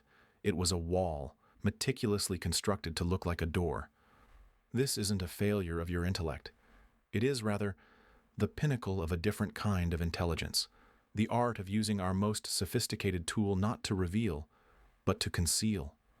Language, in its highest form, becomes the ultimate instrument for hiding the truth. Our journey into this paradox begins not in the halls of power, but within the silent, electrochemical storm of the human brain. Neuroscience reveals that when we listen, we are not mere tape recorders capturing audio. We are sophisticated decoders running two parallel streams of analysis. One stream processes the literal content, the definitions of the words, the grammar that binds them. But the other, more primal stream is dedicated to something far more subtle, decoding context and intent. It searches the speaker's tone, their micro-expressions, the slight hesitation before a key phrase. This system evolved for survival. In our deep past, understanding whether a tribesman's offer was genuine or a threat was a matter of life and death. The brain became exquisitely tuned to the gap between what is said and what is meant. And with that ability to detect deception came the equal and opposite ability to perfect it. We learned that by choosing vague, abstract, or indirect language, we could create a buffer between our true intentions and our spoken words. We discovered euphemism, that gentle fog that obscures harsh realities. We say, let go instead of fired, passed on instead of died, collateral damage instead of civilian casualties. This isn't always malicious. Sometimes it's a social lubricant, a way to be kind. But the neural machinery is the same. We are exploiting our own brain's design, sending a message that satisfies the content processing stream while deliberately confusing the intent decoding stream. The result is a kind of psychic sleight of hand, leaving the listener with a feeling but no facts, an impression without an idea. If the brain is so adept at spotting lies, why does it so readily accept a beautifully crafted half-truth dressed in the finery of eloquent ambiguity? This individual act of concealment, when scaled across a civilization, becomes a cultural architecture of power. History is not merely written by the victors. It is spoken in a code designed to perpetuate their victory. Consider the immense imperial courts of ancient China, Rome, or Persia. In these pressure cookers of ambition and paranoia, clear speech was a vulnerability. To state a fact directly was to own it, and to own it was to risk being wrong, or worse, to challenge a superior. So they developed elaborate systems of power speech, a language of illusion, metaphor, and ceremonial deference. Court officials and advisors mastered the art of speaking at length without committing to a single, actionable point. The more complex and ornate the language, the more layers of silk were wrapped around the bare truth. It was a dance of shadows, where the most powerful person in the room was often the one who spoke the least, and the most skilled was the one who could imply a command without ever giving it, thus remaining blameless, regardless of the outcome. This linguistic tradition did not die with the emperors. It simply evolved, putting on a suit and tie. Could it be that the true purpose of bureaucratic and political language is not efficiency, but the strategic creation of plausible deniability? Our modern world has not abandoned this ancient practice. It has industrialized it. We live in an age of professional obfuscation. Public relations firms don't sell products. They sell narratives, carefully scrubbed of unpleasant realities. Legal contracts are masterpieces of precision that, to the untrained eye, resemble impenetrable thickets of conditional clauses and legalese, their true risks hidden in plain sight. Modern media operates on the principle of strategic communication, a polite term for the selective sharing of information. The goal is no longer just to express a reality, but to actively construct one that is advantageous. A corporation doesn't have an oil spill. It has an incident. It doesn't pollute. It faces environmental legacy challenges. This is language as a tool for reality shaping, a gentle but firm steering of the collective consciousness away from uncomfortable truths and toward a more palatable fiction.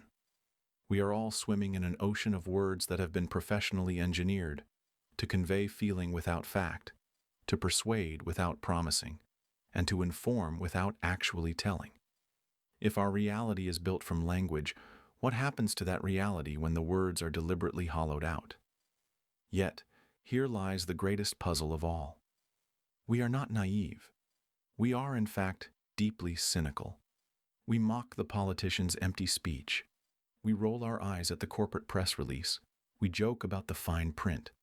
We understand, on some level, that we are being played. So why does it still work? Why do we continue to lend our belief to these crafted narratives, even as we see the seams in the stitches? The answer might be that we are not built for raw, unfiltered truth. We are built for story. Absolute truth is a blinding, chaotic sun. We cannot look at it directly for long. We need the comfort of a narrative structure, a beginning, a middle, and an end, with a protagonist we can understand and a logic we can follow, even if that logic is flawed. These crafted narratives, these linguistic illusions provide that structure. They make the world feel ordered, intentional, and manageable. They offer us a role to play and a script to follow. We accept the polished half-truth because the whole truth is too vast, too terrifying, and too demanding. The manipulation works because, on some deep level, we are complicit. We want to be told a story. But if we willingly trade truth for a comfortable story, who is the real author of the deception, the speaker, or our own desperate need to believe? This brings us to the most intimate stage where this drama plays out, the story we tell about ourselves. We all carry a personal narrative, a running script of who we are, where we came from, and why we did what we did. We present this edited version to the world, a highlight reel of our triumphs and a carefully framed collection of our failures. But the most profound editing happens not for the audience out there, but for the one within. We constantly rewrite our own memories, softening the edges of our pain, burnishing the glory of our successes, casting ourselves as the noble hero or the tragic victim of our own epic. We do this not to lie, but to survive. The unvarnished truth of our past, with all its random cruelty, its mundane disappointments, and its embarrassing mistakes, is simply too difficult to live with every single day. So we become the editors of our own souls, smoothing the narrative into something coherent, something that allows us to get out of bed in the morning and believe in our own capacity to move forward. We silence the dissonant notes to hear a melody we can tolerate. This act of self-storytelling is the most fundamental magic trick of consciousness. It uses the very same tools of omission, emphasis, and reframing that the politician and the advertiser use. We are all running our own internal public relations campaign, and the sole client is our own fragile ego. The story we tell ourselves becomes the truth we live by, regardless of its factual accuracy. It is the lens through which we see everything. But if the story we rely on to define our very existence is itself a curated, polished, and subtly manipulated version of events, then what, precisely, are we? Are we the raw experience? Or are we the beautifully, tragically, necessarily edited story we have chosen to believe? And if we are the editors, constantly cutting and splicing the film of our lives, then who or what is the director quietly watching from the shadows, waiting for the final cut? You tell your friends, with a practiced ease, I faced that difficult time with real resilience. You craft the sentence, you deliver it, and you see the approval in their eyes. It feels good. It feels true. But later, in the quiet hum of the night, a different memory flickers, a raw, unedited clip from the past. You remember the taste of salt on your lips, the heaving of your chest in the dark, the crushing weight of a helplessness so complete it felt like a physical presence, a silent scream in a rented room. So, which memory is the real one? The curated declaration of strength or the visceral archive of collapse? Perhaps the most fundamental story we will ever tell is the one we tell about ourselves, and perhaps it is our greatest work of fiction. We like to imagine our minds as pristine archives, vast libraries where every memory is meticulously shelved in the order it was received, waiting to be retrieved with perfect fidelity. The truth of our cognition is far more creative and far more unsettling. We are not archivists, we are storytellers, and our primary material is the clay of our own past. Every time we reach for a memory, We do not simply pull a file. We reconstruct the event, and in that process of reconstruction, we inevitably alter it. We smooth out rough edges, sharpen blurry details to fit a new narrative, and discard fragments that no longer serve the person we have become. This is the first layer of understanding. Our personal awareness is not a recording, but a continuous, unconscious act of editing. We are composing a livable self, a character who can navigate the present and step into the future without being crippled by the chaos of what actually was. The plot holes are filled, the motivations are clarified, and the protagonist emerges, scathed perhaps, but ultimately coherent, and always heroic in their own eyes. Is your life story, then, a documentary or a biopic? And if it's a biopic, who is the director? This impulse to narrate our existence into a meaningful shape is not a modern affliction. It is an ancient human ritual, a deep-seated need for coherence that echoes through time. In many ancient cultures, the transition from childhood to adulthood was not merely a biological change, but a symbolic death and rebirth. A crucial part of these rites of passage was the ritualistic retelling of one's journey. The young individual would be required to recount their life, but not as a simple chronology. It was a performance, a curated selection of trials, visions, and lessons learned. This retelling was not about historical accuracy.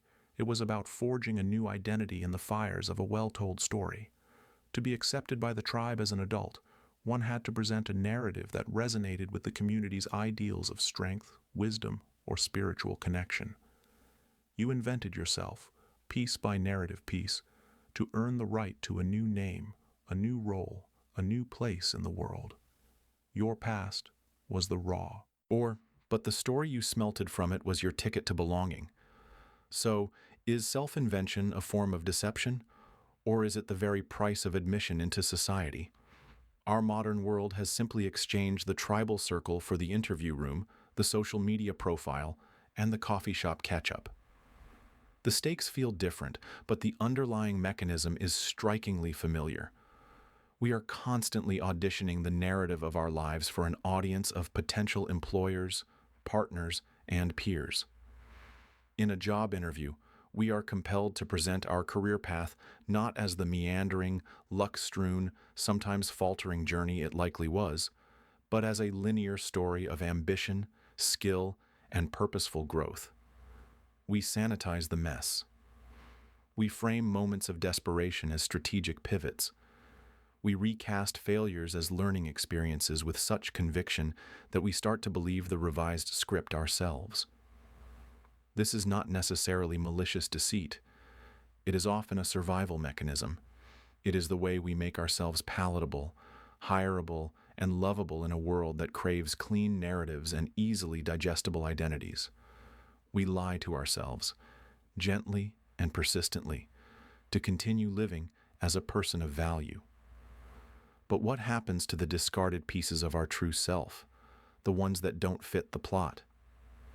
This leads us to a deeply troubling, almost existential question. If the story we tell is a carefully curated fiction, a sculpture made from the marble of our past, but shaped by the needs of our present, is there a danger that we will lose access to the original material altogether? If we tell the heroic version of the story often enough, with enough conviction and detail, does the memory of our vulnerability simply evaporate? Do we, in the end, not only fool others, but become fooled by our own creation? The person who cried in the dark becomes a stranger, a forgotten ghost from a previous draft of our life. The edited self becomes the only self we know. This is the paradoxical heart of our being. Our identity depends on memory, yet memory is fundamentally unstable and subjective. So, who are we truly? The triumphant hero of our stories, or the forgotten weeping ghost? It seems we do not live by the unvarnished truth of our experiences. We live by the version of events we can endure. This act of self-creation is a necessary compromise, a fragile raft we build to cross the turbulent waters of consciousness. But the design of this raft is not entirely our own. Its shape, Its size, its very seaworthiness, is dictated by the waters it must navigate, the cultural ocean in which we float. For the story we craft must also be one that our culture is willing to hear. In some cultures, where harmony and politeness are woven into the very fabric of social life, a certain kind of social lie is not just tolerated, but expected. It is the lubricant of relationships. To bluntly state a difficult truth is seen as cruel, arrogant, and destructive. The well-being of the group depends on a shared narrative of positivity and respect, even if it paper over cracks of individual discontent. Here, the edited self is a polite self, a self that prioritizes collective comfort over brutal individual honesty. Yet, sail to a different cultural shore, and you will find a completely different set of rules. In these places, brutal honesty is often worn as a badge of honor. To be direct, to call things as you see them without the filter of politeness, is valued as the highest form of authenticity. The social lie is seen as weak, spineless, and ultimately deceptive. Here, the curated self is expected to be curated for rawness, for a performance of unfiltered truth-telling that can itself become a kind of mask. So, is any self truly unedited? Or do we simply choose from a cultural menu of acceptable lies, trading the lie of politeness for the lie of brutal authenticity, all in our quest to belong? In Japan, a refusal is rarely a simple no.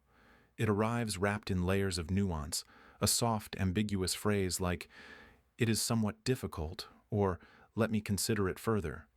The direct truth is seen as a clumsy instrument, a hammer where a scalpel is required. Meanwhile, in a Berlin office or a New York conference room, a blunt "No, I disagree" can be delivered without a second thought, valued as a sign of honesty and intellectual rigor. Both are human, both are social creatures navigating the same fundamental need to coexist, yet the architecture of their untruths is built from entirely different blueprints. This is not a matter of one culture being more honest than another. It is about the distinct cultural grammars of deception. We all learn to speak fluently, often without ever realizing we've been taught a second language. This intricate dance between what is true and what is necessary is orchestrated by a powerful social instinct psychologists call face-saving. The concept of face, that intricate social self-worth we present to the world, is a universal currency. But the rate of exchange varies wildly. To save face, our own and others, is a primary driver of human interaction. It is the deep, often subconscious calculation that runs in the background of every conversation, weighing the brutal weight of an unvarnished fact against the gentle, preserving power of a softened blow. In every culture, this mechanism exists, a social shock absorber. Yet its calibration is a cultural artifact. Some societies tune it to prioritize the emotional ecosystem of the group, believing that a minor fiction today can prevent a major fracture tomorrow. Others calibrate it to prioritize the efficient transfer of factual information, operating on a faith that the group is stronger when all cards are on the table, no matter how sharp their edges. This isn't about an inherent propensity to lie. It is about a learned collective agreement on which truths are too fragile to be borne outright. To understand why these calibrations differ so profoundly, we must step into the realm of cultural anthropology. Here, we see how entire philosophies of life are codified into daily speech. Many East Asian societies, influenced by Confucian ideals, weave a social fabric where harmony, ritual, and collective stability are the highest virtues. The self is not an isolated island, but a part of a vast, interconnected continent. In such a world, a statement is never just a statement. It is an action with social consequences. A direct refusal isn't just impolite. It is a disruptive act, a tear in the social weave. Truth, therefore, becomes relational. Its value is measured not by its abstract purity, but by its effect on the harmony of the group. The lie of a vague refusal is, in this context, not a lie at all, but a higher form of truth, a truth about one's commitment to social cohesion. It says, "I value our relationship more than I value winning this point." The truth is in the intent, not the dictionary definition of the words. Conversely, in the more individualistic cultures that took root in much of the West, a different set of values was forged. Here, the sovereignty of the individual self, with its own thoughts, opinions, and rights, is paramount. Authenticity, being true to one's own internal state, is often prized above external harmony.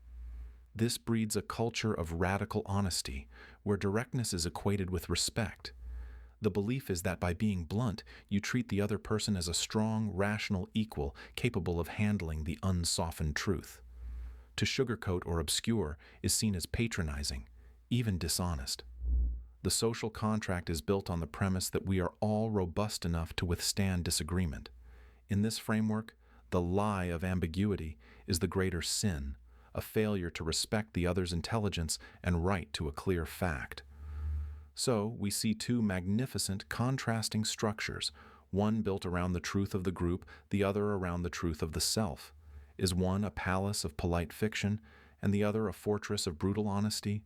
Or are they simply different answers to the same eternal human question? This cultural programming manifests in 1,000 tiny, everyday moments that define the experience of crossing cultural boundaries. A Vietnamese business person, after a disappointing presentation, might say, "There are many interesting ideas here we must explore further."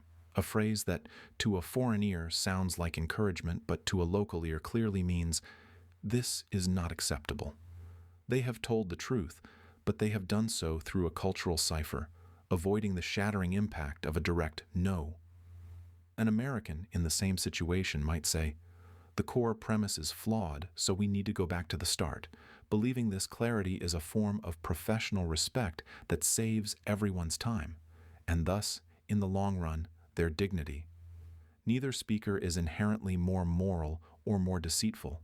Each is speaking the native tongue of their cultural truth-telling, following a script written by centuries of tradition, social structure, and shared understanding. We are all actors, but the stages on which we perform have different rules for what constitutes a convincing and respectable performance. The script for deception is handed to us at birth, and we rehearse it until it feels not like deception at all, but like simple politeness. But this cultural relativism of truth-telling leads us to a precarious ledge. If lying is not an absolute sin but a social tool, its morality defined by its context and its consequences, then does ethics itself lose its universal footing? If a white lie in Tokyo is a virtue, and the same lie in Toronto is a mild vice, can we ever speak of honesty as a global human value? We are left with a disquieting question. Is our moral compass guided by a true north of universal principles, or is it merely a weather vane, spinning to match the prevailing winds of our culture? This suggests that our sense of right and wrong might be more malleable, more contingent on the stories our culture tells us about itself than we are comfortable admitting. We build our ethical homes on foundations of sand, believing them to be stone, and are shocked when the landscape shifts. Perhaps the answer lies not in the external cultural rules, but deep within the wet, biological circuitry of our own minds. For the most profound deception may not be the one we practice on others, but the one we perform for ourselves. Our brain is not a perfect recorder of reality. It is a skilled editor, a storyteller with a fierce bias for narrative coherence. It instinctively, automatically filters the world. It clings to information that confirms what we already believe, what sounds right to us, and conveniently overlooks, forgets, or rationalizes away anything that causes dissonance. We are all, regardless of culture, curators of our own selective truth. We seek not the raw, chaotic data of existence, but a story that fits. We are drawn to the melody that harmonizes with our internal tune, and we dismiss the discordant notes as noise. So, when we listen to another's words, judging them for their honesty or deceit, are we even hearing what they said? Or are we merely hearing an echo of what we already expected to hear, a reflection of our own cultural and cognitive biases? The cultural lens through which we speak may be matched only by the cultural ear with which we listen. If our cultures teach us how to lie, and our brains predispose us to what we want to hear, then where does that leave the simple, naked truth?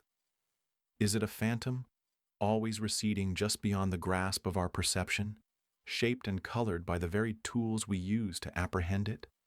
We so easily condemn the liar in another, armed with the certainty of our own perspective. But what if we are all, in our own way, speaking a mother tongue of mild deception, fluent in the beautiful, necessary lies that keep our world from breaking? And if that is the case, can any truth we ever tell be anything other than a chosen fragment, a single tile in a mosaic whose full picture we are never permitted to see? You read 2 articles on the same topic. The first is rigorous, impeccably sourced, and logically sound. It presents a conclusion that is, by all objective measures, correct. But it leaves you feeling uneasy, perhaps even a little attacked. It challenges a belief you hold dear, a story you tell yourself about the world or your place in it. The second article is smoother. It uses familiar, comforting language. It confirms your suspicions, validates your feelings, and paints a picture of the world that aligns neatly with the one you already have. It feels true, not because of the evidence, but because of the resonance. Which one do you share? Which one do you remember? Which one does your brain, almost of its own volition, choose to click? This is not a simple failure of will or intellect. It is a deep-seated, ancient design feature of the human operating system. At the heart of this choice lies a fundamental quirk of our cognition known as confirmation bias. It is the mind's powerful, almost gravitational pull toward information that confirms what we already believe, and its subtle but firm push away from anything that threatens our existing worldview. Think of your mind not as a pristine courtroom where evidence is weighed with impartial scales, but as a fortress. Its primary mission is not to discover new lands, but to defend the territory it already holds. Sentries are posted at the gates. They are quick to welcome allies that fly the familiar flag, and even quicker to sound the alarm against ideas that appear foreign and hostile. When a fact aligns with our beliefs, the brain offers a quiet chemical reward, a microdose of satisfaction, a sense of coherence. We are being rewarded not for finding truth, but for feeling right. The sensation of being correct, it turns out, is often chemically indistinguishable from actually being correct. So we curate our reality, piece by comforting piece, building a walled garden where every flower agrees with the gardener. But where does this instinct come from? Why would evolution privilege comfort over correctness?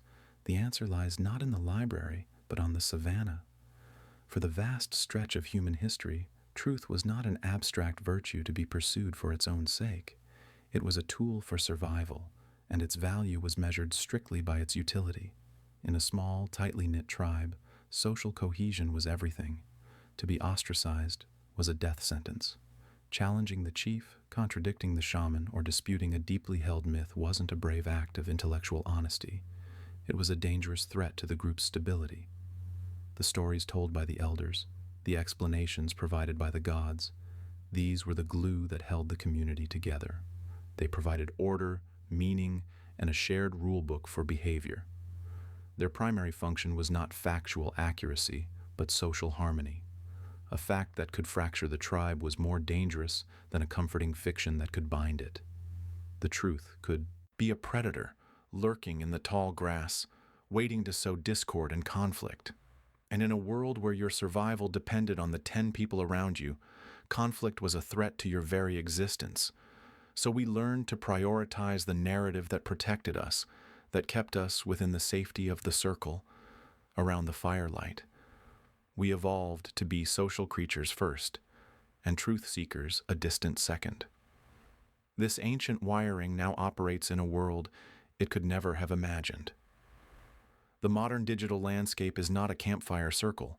It is a planetary-scale engine, and its fuel is our attention.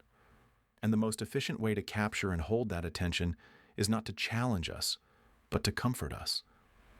Social media platforms, search engines, and news feeds are meticulously designed by algorithms that have learned one profound, unsettling lesson about human nature. We crave confirmation. Their purpose is to show us what we want to see, to keep us scrolling, clicking, and engaged. They are the ultimate enablers of our cognitive biases, constructing a personalized fortress around each user, each brick a piece of content that affirms our identity, our politics, our fears, and our desires. This is not a neutral public square. It is a hall of mirrors, each reflection tailored to be the most flattering, the most agreeable, the most true-feeling version of reality possible. In this environment, a lie that feels good will always travel faster and farther than a truth that demands difficult reflection. The algorithm, utterly amoral, does not care about the factual integrity of the information it amplifies. It only cares about the engagement it produces. It has become the perfect ecosystem for deception to thrive, not because it loves falsehood, but because it so expertly serves our hunger for validation. We are no longer just defending our own fortresses. We are being supplied with an endless, automated army of reinforcements. This presents us with a deeply uncomfortable, almost philosophical problem. If the truth is often harsh, complex, and unsettling, while comfortable fictions are soothing, simple, and readily available, what is the true value of truth itself? Is it an absolute good, to be pursued regardless of the cost to our peace of mind? Or is it merely one utility among many, a tool that we use when it serves us and set aside when it does not? When a comforting lie can maintain a marriage, soothe a national anxiety, or provide the courage to face a difficult day, can we so easily dismiss its power? We like to believe we are truth seekers by nature, but our neurology and our history suggest we are, first and foremost, coherent seekers. We crave a story that fits, a narrative that holds. And if the facts don't fit that story, our deepest instinct is not to change the story, but to select new facts. So we are left at a crossroads, armed with an ancient brain in a modern world of manufactured realities. The very mechanisms that once ensured our survival, our tribal allegiance to comforting narratives, our neurological reward for feeling right, now threaten to undermine our grasp on a shared, objective world. When the practical, survival-based need for an objective truth diminishes, when a lie repeated at the right moment, to the right tribe, can provide a more potent sense of safety and belonging than a complex fact ever could, what becomes of truth itself? Does it become merely a matter of perspective, a story told by the loudest voice or the most powerful algorithm? And if a lie is repeated often enough, doesn't it eventually weave itself into the very fabric of what we feel to be real? He says it every morning, a quiet mantra to the reflection in the bathroom mirror. He says it to his partner over coffee, the words as automatic as the brewing of the dark roast. He says it to his colleagues in the elevator, a cheerful, brittle sound that echoes in the small space. I'm fine. It's a small lie, a social nicety, a shield against the concerned looks and the complicated questions he doesn't have the energy to answer. The days turn into weeks, the weeks into months. The phrase is repeated so often it begins to wear a groove in his mind, a well-trodden path of neural circuitry.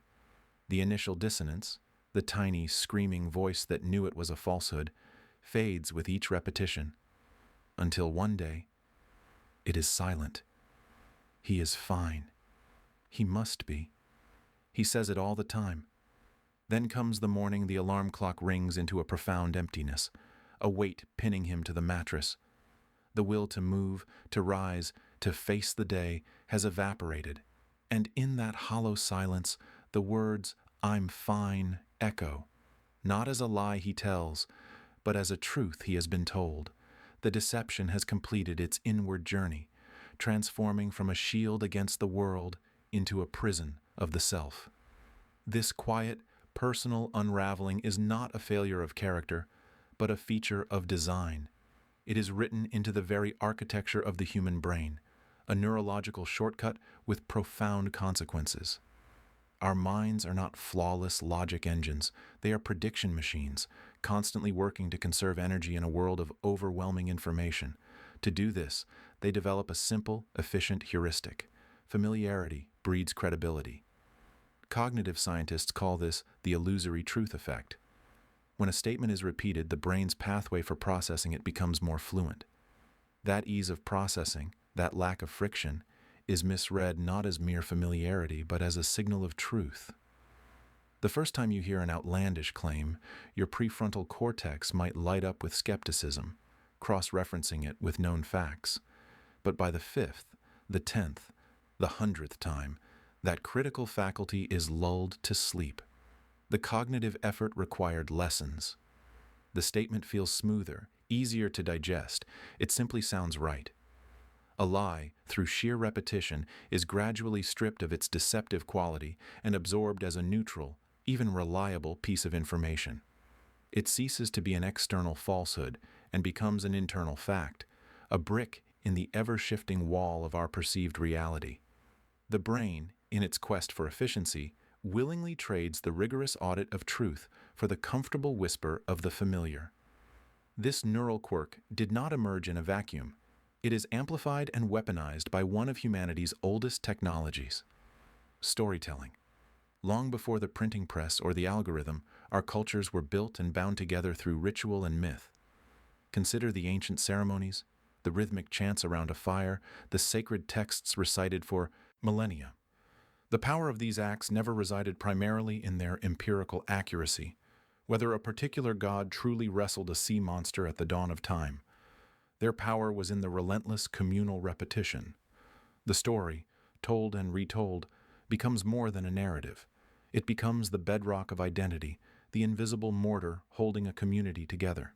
It carves values into the hearts of the young and reinforces the bonds of the old. The constant reiteration transforms a proposition into a premise, an idea into an instinct. It asks not, "Is this true?" but, "Does this sustain us? Does this give meaning?" The truth value becomes almost secondary to the cultural cohesion it fosters.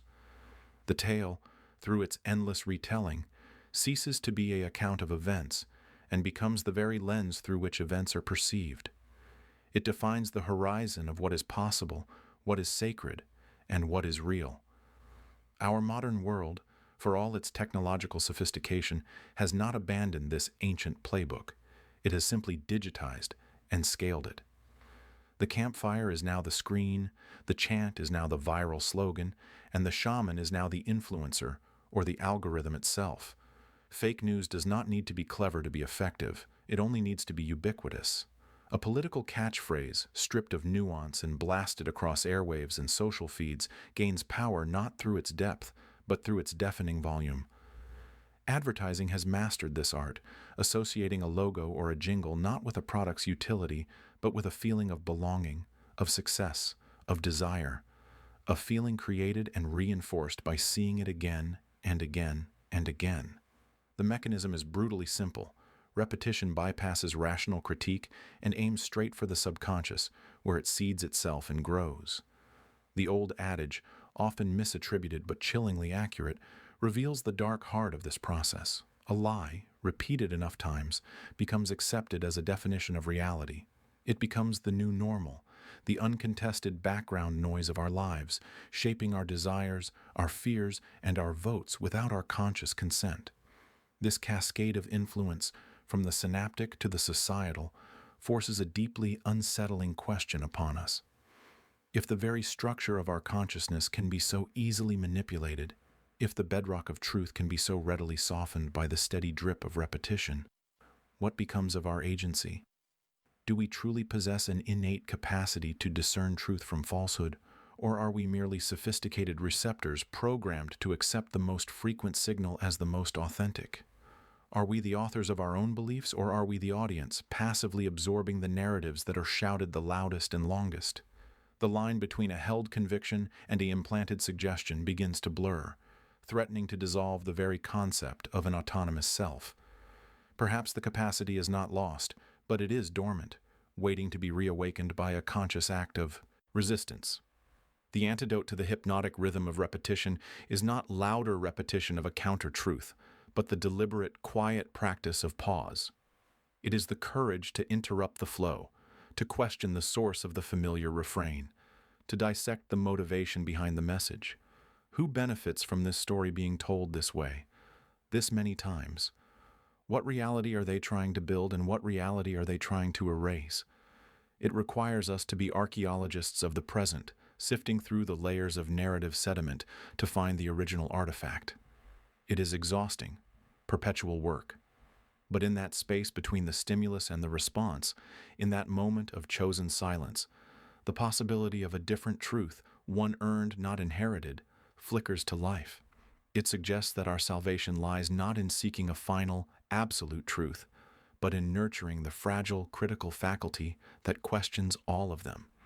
And if this is the price of a functional society, this constant, wearying vigilance against the very stories that seek to bind us together, then we are left with a more disturbing paradox. What if the gentle, well-intentioned lie is the grease that allows the gears of community to turn without grinding to a halt? What if a sliver of shared delusion is the necessary cost of our collective peace?